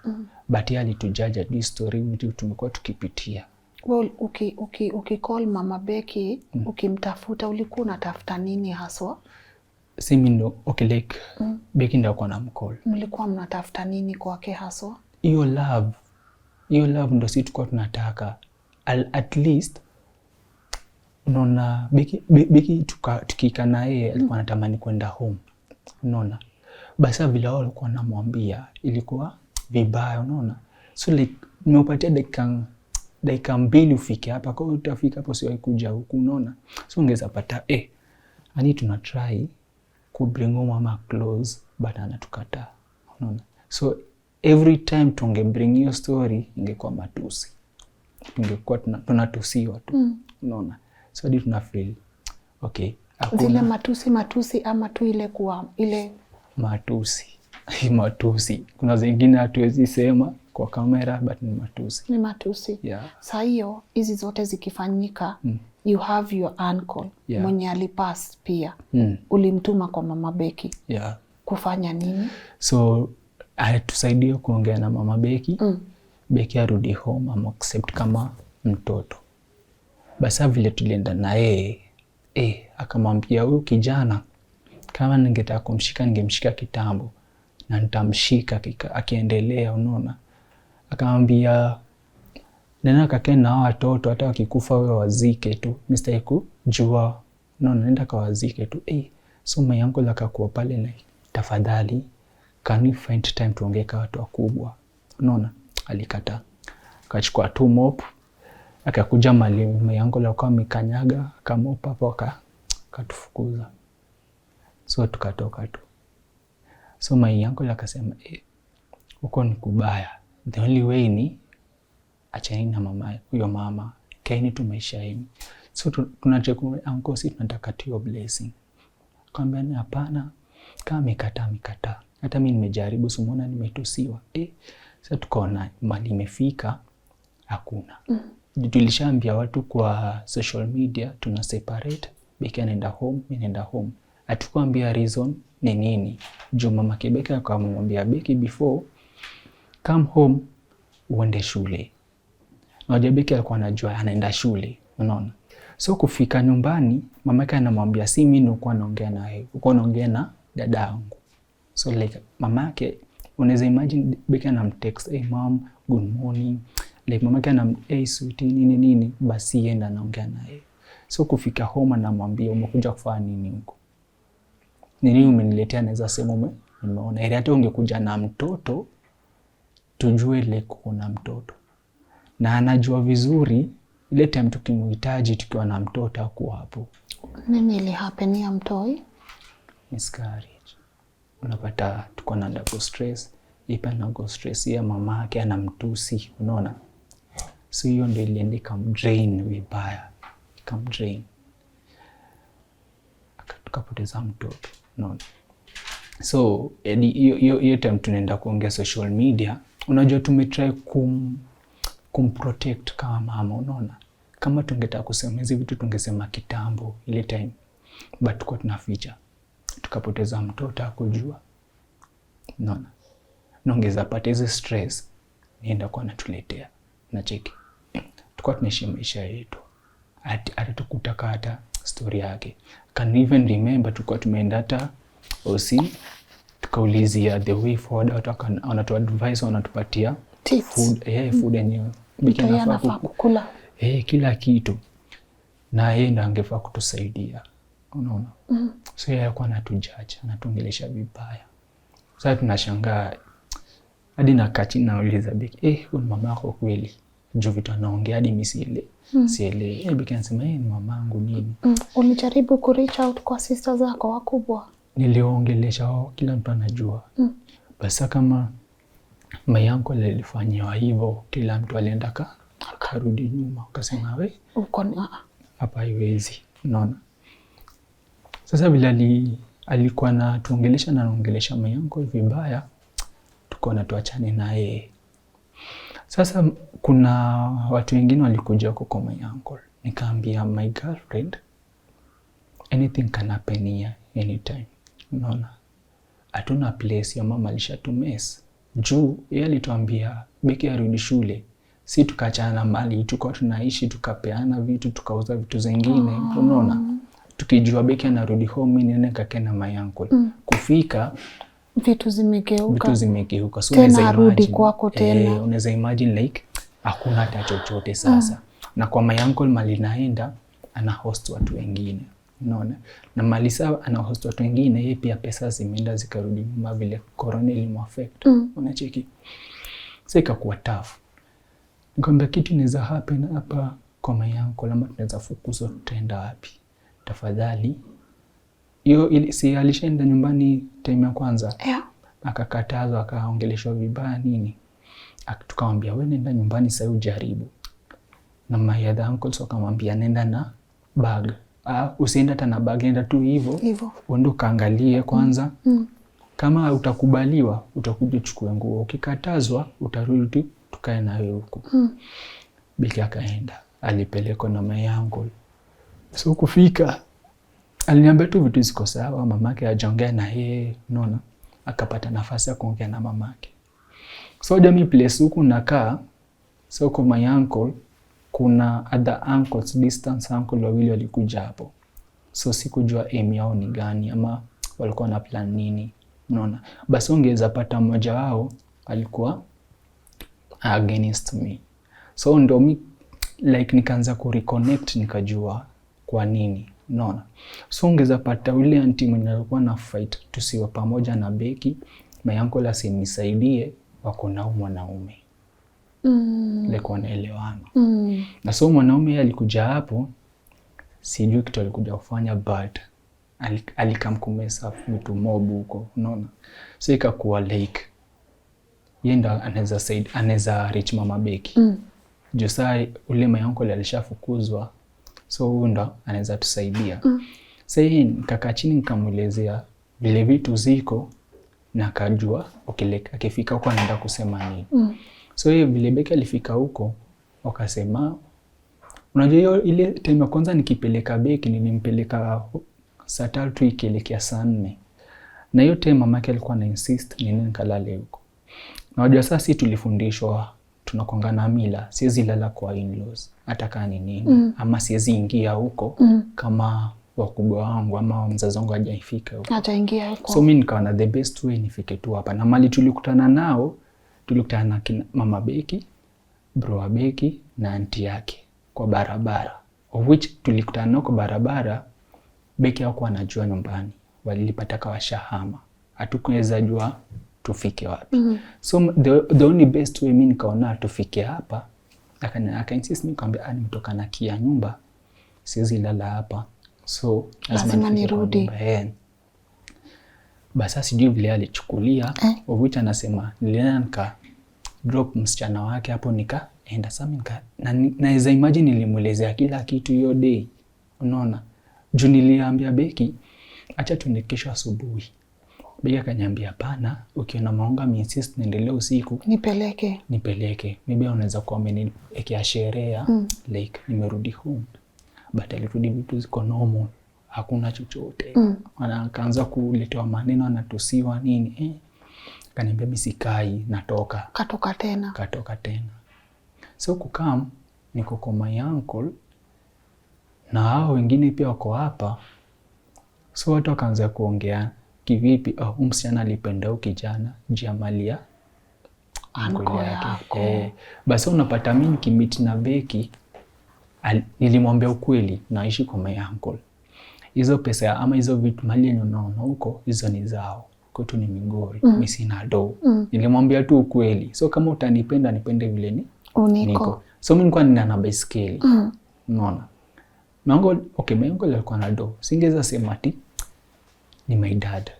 Ati ni bring so that Becky anione tuko na do. Unaona? So watu pia walikuwa wananijudge, unapenda Becky juu kwa wako na do, kuna pesa. Basi sasa mimi pia nilikuwa nishekwa huku life kwa my uncle alikuwa ashani ameniweka kwa life ya nikitaka kitu ananipatia. Unaona? Hiyo ndio life nilikuwa tumeishi. Sasa hivi vile Becky alienda home tena, ikakuwa like mbona mmekuja mkacha msichana hapa mmemdump tu. Unaona? Hata mjanini. So that my distance akapata time ya kwenda kufikia mama Becky, akaenda kumuongelesha. Yeye kwenda kumuongelesha. Sasa mwenye yuko kwa side yenu. Mimi hiyo ndo the first time nimeona huyo mtu. Sijaimuona. Ameenda kuwaongelelea. Ananiambia nimeambiwa huyu ni wa uncle. Na nikitrai kuangalia atuendani. Unaona? Yeye akaenda huko kwa kina Becky kupeleka manguo za Becky. But alienda karibu kila kitu. Saadi akaanza kuchomea my uncle mwenye amemhost huko kwake. Bila na mtusi. So unacheki anajipendekeza kwa mama Becky. Akaenda kanise, unajua previously wako ameniuliza what do you want? Mimi nikamwambia hakuna do ya fee. Unaona? The only thing kitu nitafanya sasa hii nitafanya YouTube, ndo najua siku moja nitaenda shule. Ule mwanaume yeye kwenda kuambia mama Becky, anaenda kamwambia ule kijana alisimama mbele yetu akasema hataki shule na amekuwa akinilipia fee. So nika imagine hata ujui mali nasoma au ujui chochote kunihusu, ulinipeleka shule wewe. Hata ushanilipia fee siku gani? Kupigia simu hata sina. Hata sikujui. Sasa kwenda kuambia mama Becky, na hoja Becky story yake kaambia mama yake. So mama yake anaona Becky anadanganya. Unaona? Becky alienda kaambia mama yake about a brief background. Akamwambia huyu kijana aende shule hii na hii. Unaona?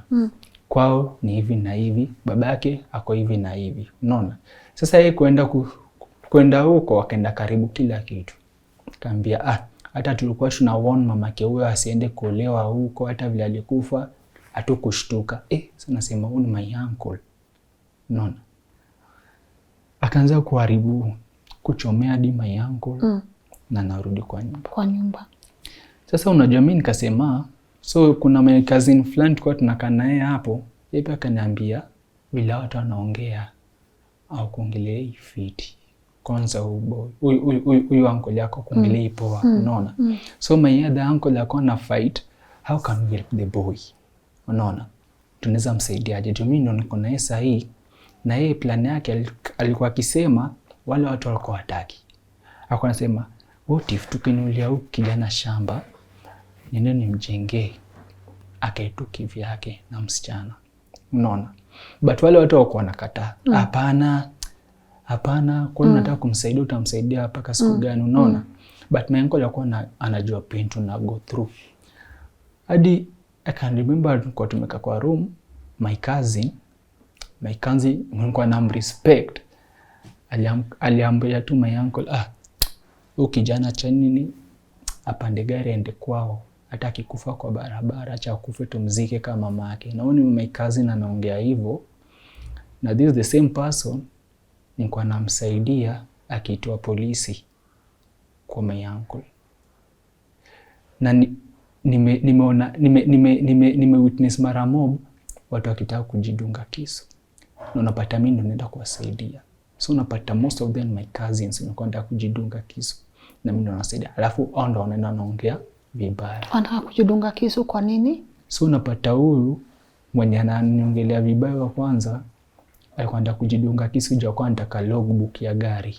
So ile logbook ya gari alikuwa anataka ni ya my uncle Lovucha, alikuwa hajalipa do, hajamaliza. Unaona? So hapo ndika brinkelele akataka logbook hiyo day usiku. Basi unapata wenye walikuwa huko walikuwa against him.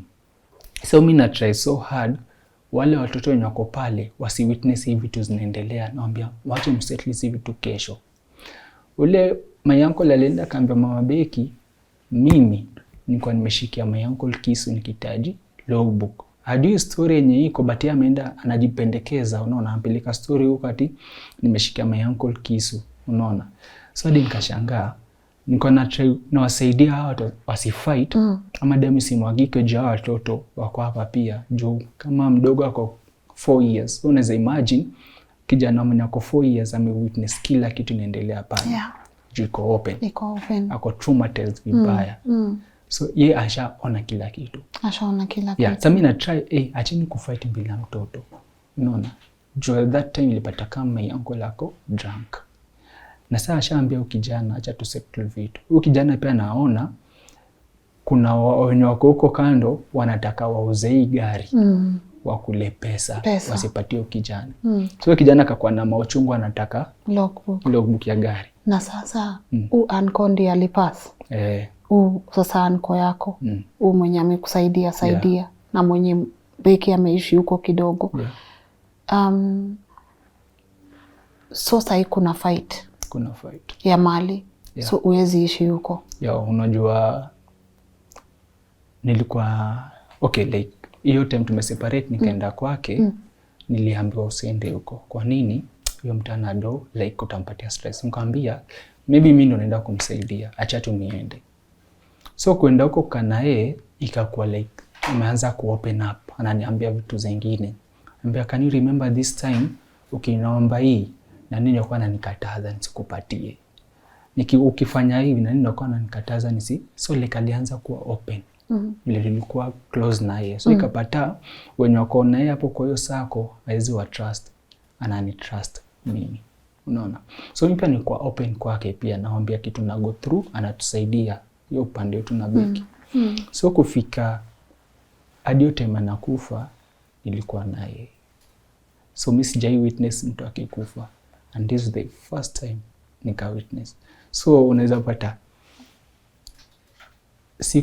sikuweza fikiria siku moja nitakuja kubeba my uncle hivi na tunamweka kwa kitanda ya OC.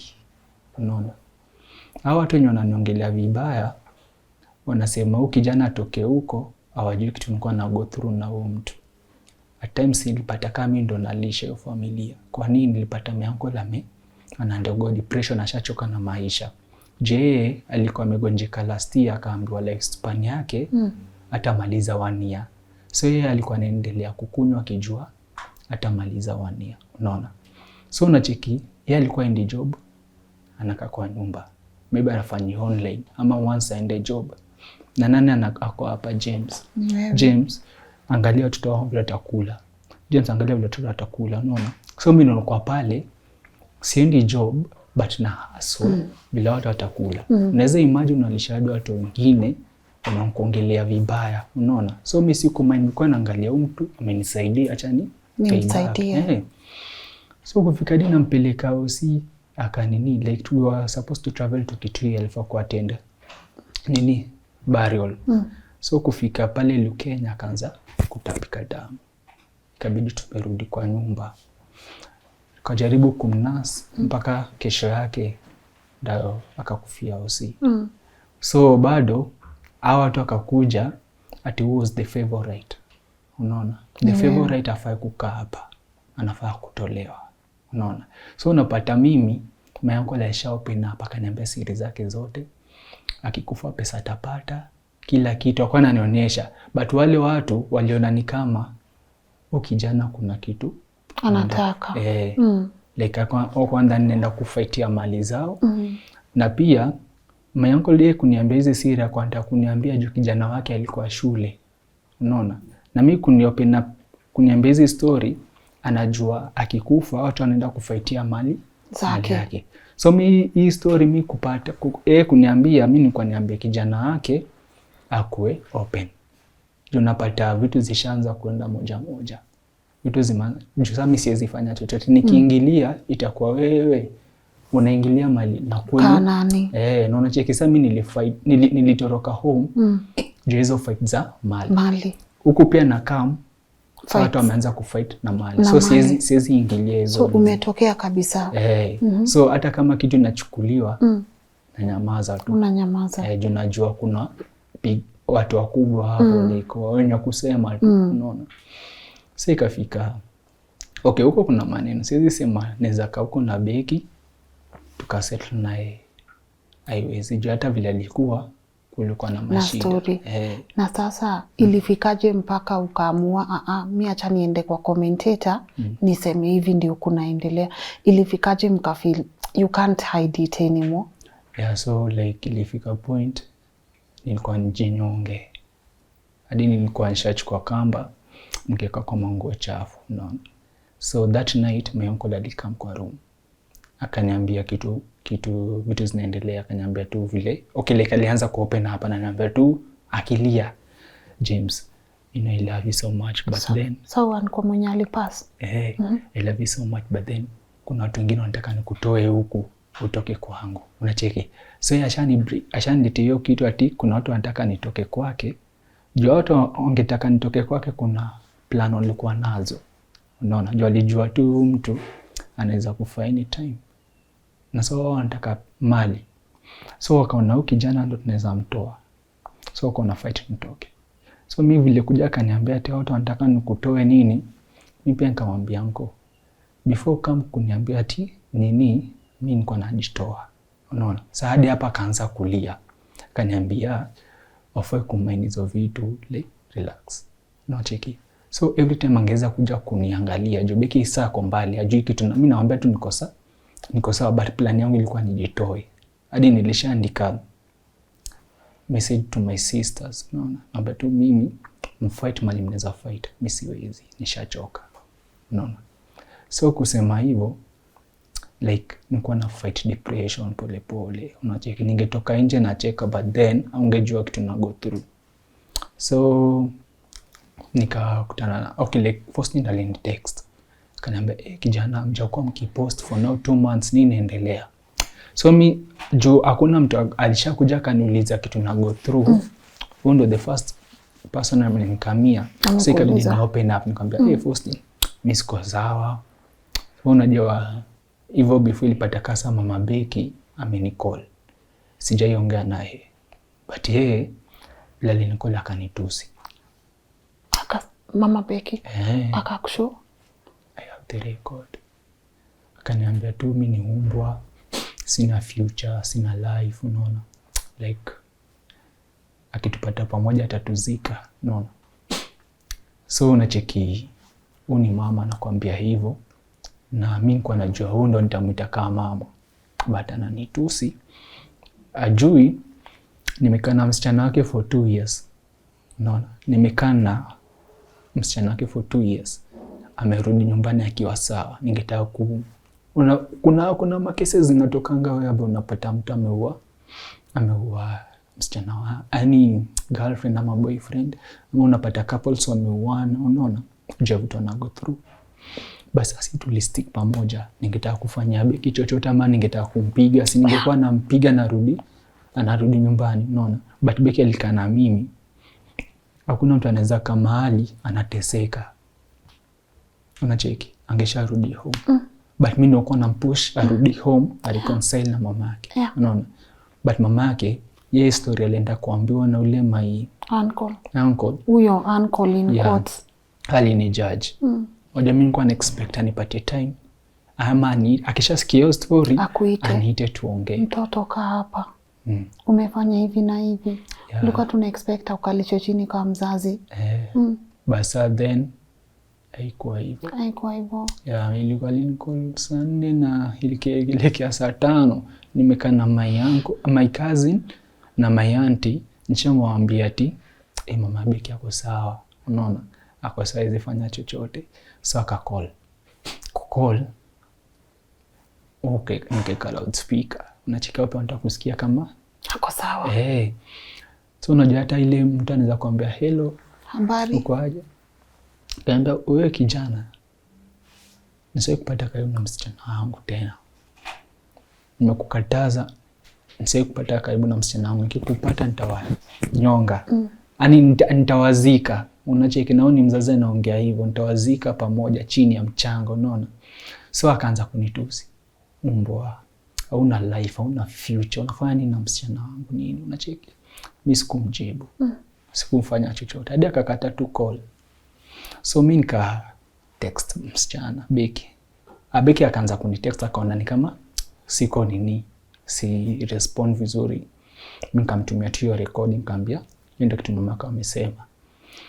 So sikumwambia ati tuachane ama nini, nikamwambia tu unaweza niacha nitulie tu kidogo, unaona.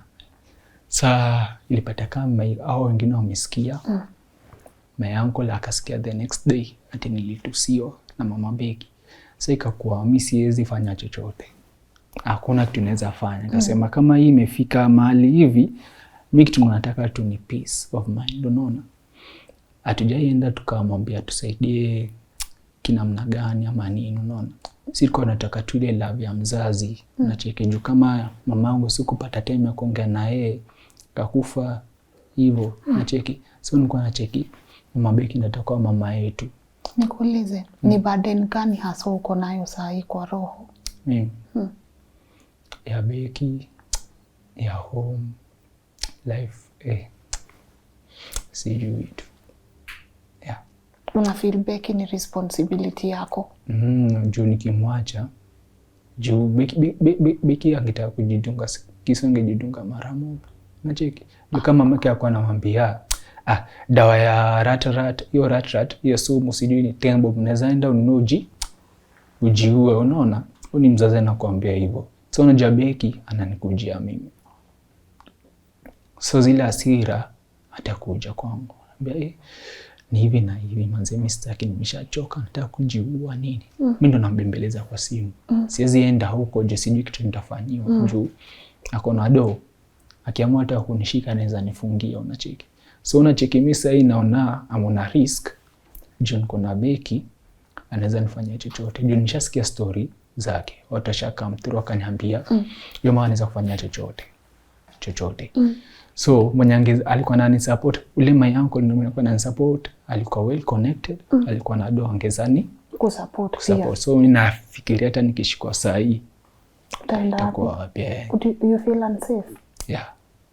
Like si feel kaniko juu kama ningekuwa sawa, juu kama bro wa Beki, unacheki. Ilikuwa juzi ipi akanicall. So nilikuwa expect, okay, like sikuwa nikaona acha nisikize kitu anasema, unaona. Akaniuliza umeplan aje? Nacheki. Mimi nikamwambia umemake decision gani? Nikamwambia decision ni yetu, unaona. Achana na sisi. Like niache tu kama kuna kitu naweza. So like anaongea kama korudi. Nikamwambia kwa tuna heshima fulani, kama ukifeel unataka kuongea utanicall tuongee. So mimi nikakata simu. Akanitusi, wewe unakuanga fala sijui nini. Kasema sasa ikifika hii point hadi brake ameanza kunitusi. Mama ananitusi jamaa ya mapenzi, unacheki. Beki na nampenda, ningetaka kumwacha ningemwacha kitambo, nimwambie fight nini familia yenu. Unajua je unampenda? Juu nampenda in a way like vile tumekuwa tukistruggle na yeye. Alikuwa na mimi nikimhitaji. Unaona? Alikuwa na mimi nikimhitaji. Juu hadi sasa okay like vile tuliseparate siko feel niko fit. In a way na feel tu niko msick enda kwa nani nurse. Akiwa msick mimi niko na nurse. So mimi nikiwa huko niko solo. Yeye akiwa huko ako peke yake. Hata kibleed afanye nini mama yake ajali. Nienda na jifightia. So mimi na feel okay like tunapendana. Like tu ni genuine. Unacheki si hata kuna kitu tuna try kufight after. Tunapendana. Mnapendana. Turudi kwa YouTube. Kuna prank mlifanya. Yeah. Mkajifanya mna call mama Becky, mnamwambia mko pregnant. Yeah. Alikuwa mamake? Alikuwa mamake.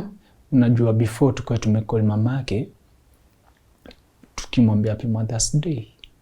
Sasa vile alituambia ati go and tell your mothers. Okay like mamake boyfriend wako.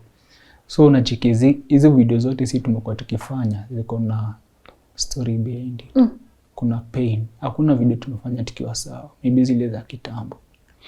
Vile pesa zilianza kukam, hatujaikuwa na peace. Unacheki watu wanakam tu. So hiyo video sisi kuifanya tulifanya kwa nini? Tuliona ndio siku tutakumbuka. Ukiangalia every video tumefanya tu iko na date, si unaonyeshanga date. Na that's the same day alikuwa ametuambia hivyo. So tukafeel okay. Huyu ni mzazi tu kwa tunataka support tunamtext tukimwambia ati happy Mother's Day.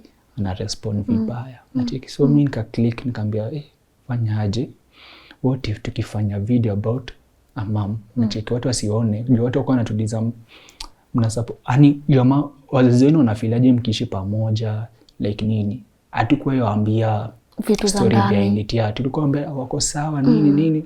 No like najua wengine wako wanacheki imagine mbona msilete mama yenu kwa channel. Yeah, unacheki. Basi sasa tulikuwa tunaficha. Tulikuwa tunataka kuprotect mamake. Unaona? So ifike sisi tunakuja kusema ati tunafanya video ati ni mamake na kwa mamake. Unacheki? Tuli script hiyo video. Okay. So mlikuwa mna express pain. Yeah, tulikuwa tuna express pain yetu. So tuli script hiyo video hadi nimeona watu wanakuja kwa hiyo video wanaanza kucomment hadi sasa ni aje like mnasema Becky yako na nini, huyu ni mama yenu mko mnaongea na yeye, sasa ni aje alikuwa anatusi. Mimi sijaongea na yeye. Siku nilikuwa naongea na yeye alinitusi. Sasa je nipatia time kuongea na yeye. Unacheki. Sasa hii ata watch obviously. Yeah. Mjaika mkaongea. Yeah, kama maybe just hata si ati sana in mother kama tu watu wawili wakubwa. Ungetaka kumwambia nini? Mimi naweza mwambia tunampenda kama mama ya msichana wangu. Yeah, but Mungu anajua.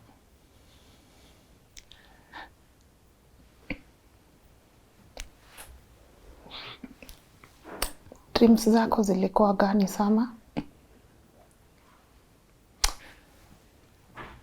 Dreams zangu zilikuwa Mungu. Najua hiyo story na kuteseka home. Mimi niliplan siku moja nitakuja njenge orphanage home, unaona? Nike watoto huko.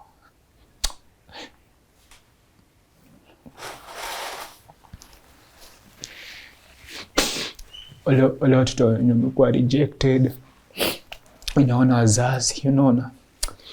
Kwa nimeplan nitajenga a city. Ikuwe shule, place wanakaa, kila kitu. Unaona?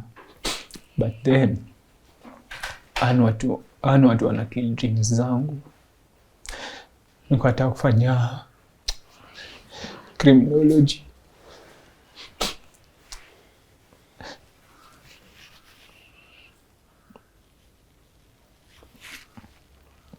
Criminology. So nacheki kwa sado nikafosiwa kufanya tu vizuri. Hiyo ni dream imeenda. Kata kujengea mamamu kwake akae. Ashaenda.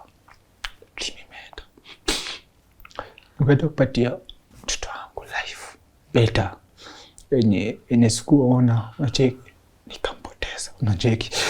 So napata every time naambiaga Beki kitu li go through ukiwa mtoto usiwailetea watoto wetu, unacheki. So unapata mzazi wake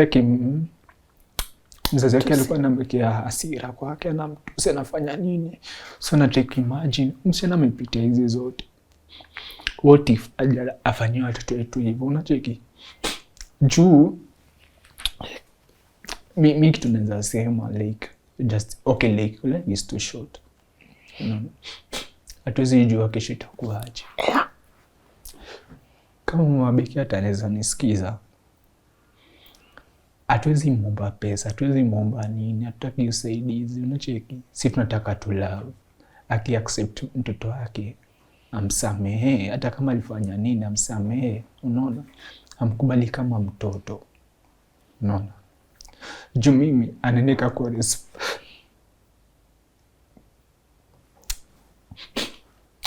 kwa responsibility nisi. Like sikuwa nimeplan kufanya. Nacheki. Naangalia watoto wetu pia nafaa ku take care of them, unaona? Wale wako nyuma yako. Juu bisa nimekam. Okay, mimi nikam Nairobi nilikam kuhustle. Nikam kuhustle, unaona? So napata vitu zina come through. Everything una try, it doesn't work out. Watai wako aje home? Teo kwa sawa tu. Wako tu. Shule? Endi. Wewe? So unastay wapi? Kwa mi uncle. Kwa mi uncle. Kwa huyo uncle bado? Life iko aje huko? Tulika, okay, like for the past 2 days tumekaa na Beki. Okay, huko. Kwa uncle? Yeah. Sasa madada, okay, like kuna watu wameanza kuja huko. So wamekama wakatupata huko pamoja. So mayanti alikuja akaniambia ni mambo na fukuzi. Juu mama Beki anaweza kama afanye chochote huko, unaona? So like wanataka peace yao. Wataki hizi vitu. Mimi nikamwambia mnaweza tupatia time after election, tutajipanga, unaona? Juu sasa kama mama Beki ange come through, si tungekuwa tunaishi maisha yetu. So unaweza imagine mnaenda kwanza chini tena chochote, unaona? So Mika angeza nisikiza tu. Asikize tu mtoto wake pia. Si hatutaki chochote, hatutaki nini kwake, unaona? Tunataka tu love. Atukubali, atubless tu. Hata kama hatutaimomba, atubless tu, unaona? Hawaache na baraka. Juu unaweza imagine life is too short. Akikufa sai itakuwaje? Your life has been about everyone. Your life has been about your siblings, your mom, your uncles, Beki. What do you have for yourself? Nothing. Okay, like I'm that easy, unacheki. Sisi una mtu anateseka na niko hapo, unaona? I love to. Ataka sina hiyo kidogo niko nayo nitafight. Ushatafuta hii criminology ulikuwa unafaa kufanyia wapi? Nilitafuta ilikuwa Masinde Muliro. Yeah. Na grade wanaweza ku accept? Sasa nilifanya research kila kitu.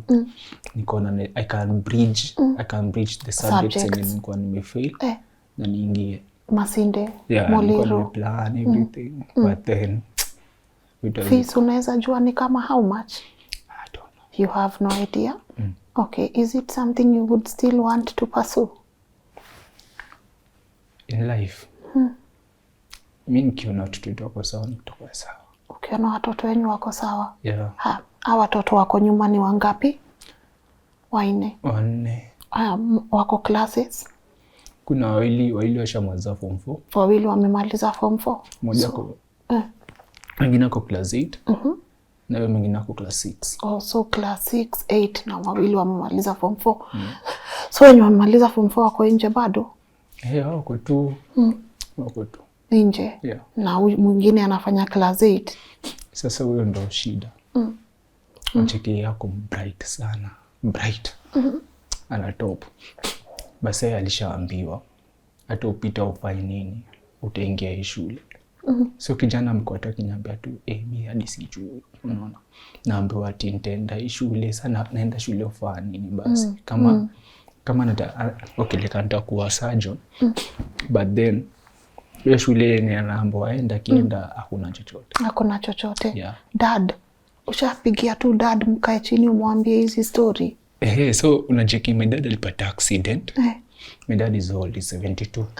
Alipata accident. Aligongwa, alikuwa kwa pikipiki, aligongwa na gari, ambulance. So you can imagine ambulance inakuanga na ile speed gani. Alichapwa kichwa. So unapata hakuna shida pia kwa kichwa. Mi nilienda home na Beki. Dizia. Nikaambia my dad, wewe ndo mzazi niko na. Naomba tu nisikize. Can you find time tuongee naye? My dad aliniambia kitu.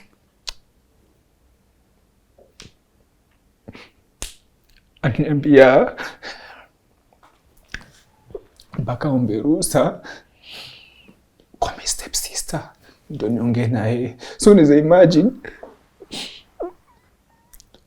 nimetravel kutoka Nairobi, nilikuwa na mzazi.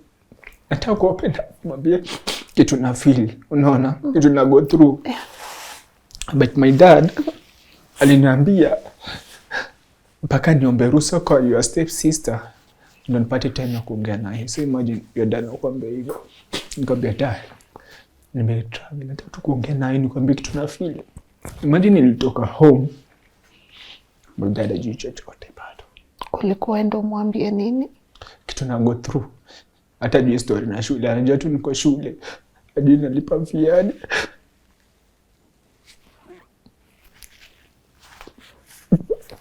It's okay. Nafauma kuna msee anadupoa kwa siblings. Kwa ni maneno tu. Unajua. Okay, mimi nasema tu kweli. By step mama tutaki. Anaficha tu juu my dad ako hapo. Baada tutaki. Tutaki. Okay. Tutaki kabisa. So hata anasema dada kikufa tutatolewa kwa ile boma. Ndio mtajua. Tutatolewa. Ni kama walianza kufight hizi vitu kitambo.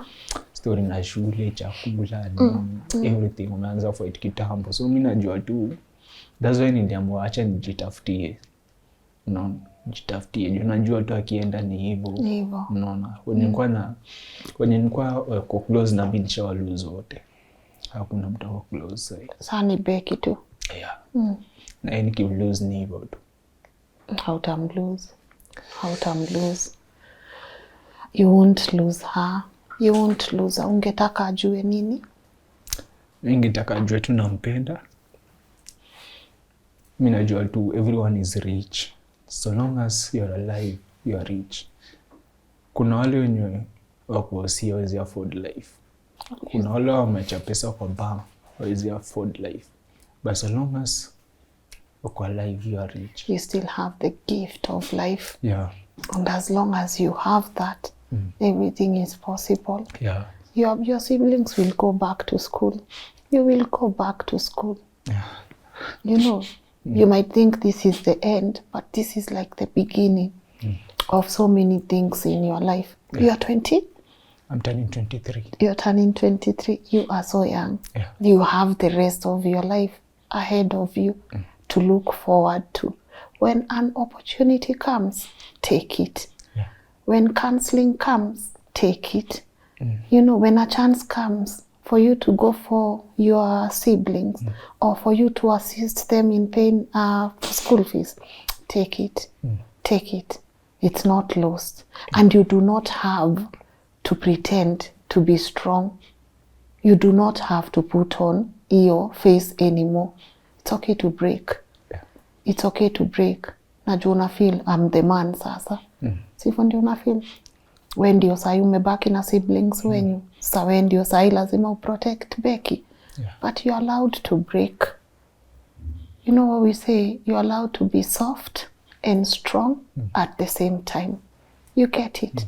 You're allowed to be soft and strong at the same time. Yeah. Okay? Sawa, ungetaka kujiambia nini? Dear Sama. Okay, like, I know you're... Okay, like, najua umepitia vitu mob sana. Like, alafu by the way, me always believe life tunaishi sahi. Okay, the thing we say, ama vitu tunafikiria, Yes. ndo life tutaishi after. So the life yenye tunaishi sahi ni life Fikiria. before. Your present was Yeah. once your future. Yeah. And it will still be your past. Yeah, juu kama sikuwa fikiria nitawai commit. How? But nilikuwa nafikiria siku moja nitacommit. So naona imeanza kukam. The same way, na believe siku moja tutaweza kaa na mama Becky, tuongee tukoe sawa. Tuishi na familia yetu tukoe sawa. Becky apate pesa ende shule akuwe sawa. Hiyo ndio kitu nimekuwa nikifikiria na najua itakuja happen. Wow. Yeah. You manifested us meeting how long ago? Like, nilianza kuwatch kitambo, like. So when I came to YouTube, nikataka kupeana story yangu na Becky. And that was 1 year ago. 1 year ago. I like what you said. The Yeah. same way you manifested. Yeah. It's the same way one day mnaweza kaa na mama Becky na muonge. It's the same way Becky ataenda shule. Yeah. She'll go back to school. And it's the same way Yeah. mtaka na mlee family yenyu in peace. Ndio. Yes. Haya, back to dear James. So dear James, okay, like, the only thing you have to do now is to pray, eka Mungu mbele, and work hard. Work hard. Not to revenge ama to do something and itafanya watu, okay, like, niliambiwa sina, okay, uliambiwa una future on life. Now is upon you to take the negativity, okay, iko positive. Work hard, utafutie watoto wako. Work hard, utafutie familia yako. Everyone is watching you. Yeah. Everyone is watching. Yeah, even your siblings, manze. Wakikulose itakuwa hivyo. Ungetaka kuambia nini Watoto. watoi wenyu? Okay, like, the only thing I can say, nyinyi wote mbelieve tu kwa Mungu. Ile kenye mama aliwachia nayo ni masomo. Kama mngeza timia tu msome, mtimize ahadi yake, msome tu. Mfanye kitu mnataka tu, like, do what you love. Yeah. Unaona, do what you love. Mtaenda shule nyote, God knows. God knows. Yeah. Yeah. To dad. I love you so much. I know tumekuwa separated. Watu wengi wamekwambia, like, I can even remember there's a day you told me, like, okay, hiyo hata story na shule nini, I might be conning you, but trust me, sijai kukoni chochote. I love you so much like a dad, and I need you. I still need you. I still need you, like, nataka tu your love. Unaona? Mimi naweza sema tu vitu zitakuwa sawa. I love you. Yeah. Yeah. Yeah. Such a positive young man. Yeah. But I can tell you, you also don't deserve this pain that you are going through.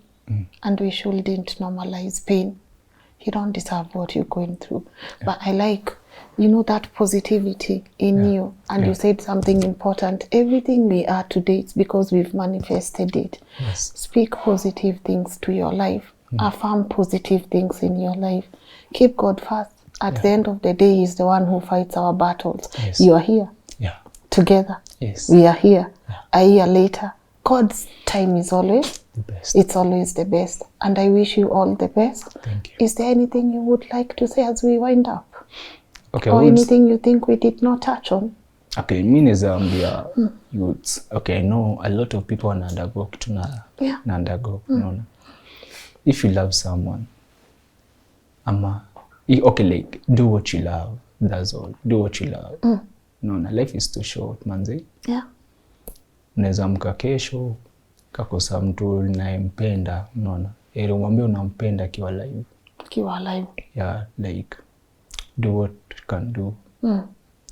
But like, do you for you. Do you for you, Cindy? I love that. A lot of people will watch this episode. Yes. They might want to come through for you emotionally, financially. You get it? Spiritually. Yes. I already know there are people saying prayers for you. Yeah. Even as this show continues. Yes. I'm a huge believer. I always say I will acknowledge my God in public and in private. There already an army saying prayers for you. Yes. And people will want to come through for you in whichever way they can. Yeah. Is there a way they can reach out to you? Yeah. Are you free to give the details? Yes. Please do. So my number is 07 23 250 207. 07? 23 250 207. Okay. And full names? James Magalo. James Magalo. Yeah. AKA Sama. Yeah. Do you love music? Yeah, I do. Who is your favorite artist? Okay, like, I always listen to Aries. Oh. Aries is a South African rapper. Yes. I may go through what I go through. Yeah. Yeah. So you associate with people who have gone through your journey. Yeah. Who else? Okay, tasema nani? Like Aries. Okay, collab side ni Chris Brown. Because he dances too. Yeah. What happened to dancing? Are you still dancing? No. Why? Huyo mwalimu tanganyambia sijai dance. Turudi ku dance. Do not let, don't let it die. He's not worth that much satisfaction. So you like Chris Brown? Yeah. He's a good dancer. So go put your dream out there. It's been long, 5 years now. We can still go back. 5 years is not a long time. Ni venye tu uko 23. Si tumepitia. Kabla ufike age niko, uta go back to so many things you used to love. I came back to media after 5 years of doing different things. So, you miss it. Yeah, I do. Then go back to it. Go back. Yeah. The best thing about life is that we can always go back to our first loves. The things we loved. You know, those things you loved when you were a kid and a teacher told you, you know, you are useless. But they're teachers, like, honestly. You know, I've sat with so many young people before and their dreams were shattered because of something a teacher said. And whenever I sit on this chair, I just try to speak to teachers too, because whatever, you know, not just to teachers, to everyone. Yes. Words have power. Yeah. And what you say has the ability to change someone's life. Yes. In a good way or in a bad way. Yeah. So if dancing is really something you enjoyed doing, go out there, make videos, we will watch. We will subscribe and we will support. Cindy, remind them your YouTube channel. So YouTube channel is the Sama Family. Yeah. Yeah, you can only support us by subscribing. By subscribing, like, comment, and share. It's been amazing having you here. Thank you. And I know this is not the last time I'm meeting you. Yes. I believe mediation works. Yeah. I believe that people can actually sit and work party solution yake. So I just can't wait for that phone call when you tell me, Lynn, vitu ziko poa. Yes. Because vitu zitakuwa poa, si ndio? Yeah. Thank you so much. Thank you. Should we wind up? Yeah. We are good? Yeah, we're good. All right. So guys, that was summer. We're about to have a long day. because honestly, when I sat with him, I knew we were going to do this in half an hour. I knew it's half an hour for Summer, half an hour for Becky, and then Venus was coming to wind this up for us in another half hour. But as we always say in this show, we do not rush our guests, and it's very important for us to be able to give them enough time to express themselves, because they might not have this opportunity again to fully tell their story. So what I'm about to do right now is wind up with Summer, and then I'm going to invite Becky for her side of the story, because the reason why I decided to do this separately, it's because we have to recognize their individuals first before they are couple, and their backstory is so important if we are to come up with any solutions for them, and for anyone who is watching that has gone through a similar life story. So tomorrow at 10 a.m, please tune in to listen to Becky, and then we're just going to have this series for 3 days continuously. 10 a.m, 10 a.m, 10 a.m. You tune in for Becky, Summer, and Venus, because I see her taking notes. Guys, you should see the back side of our studios today, full of people, and it seems people are expressing pain in their own different ways. So I urge you to listen to all these 3 episodes, so that the end one is where the solutions are, and even Summer and Becky, they are here so that they can also be able to get some few tips here and there on how to navigate these situations. Parents, anything you say, not just parents, anything you say to anyone has power to build or break. Sometimes people don't talk to each other for years because something was said and that was not the truth. Even some of you who are watching, you've not spoken to your parents for a long time. You've not spoken to your siblings for a long time. You've not even spoken to your lovers for a long time because something was said and it was completely miscommunicated. Believe in mediation. I believe in people sitting together and resolving issues. There's nothing too big that can't be talked. There's nothing too big that you guys can't come and handle. And as you try to make peace with whoever you're going to make peace with today, I'm asking you guys to remember Summer. He as a man, as a young man, this is like my small, sijui nimemwacha hata nikianza kukalculate miaka mtakalculate age yangu, hiyo ita happen leo. But I can tell you, at his age, I did not know such pain. At his age, I was not exposed also to so much.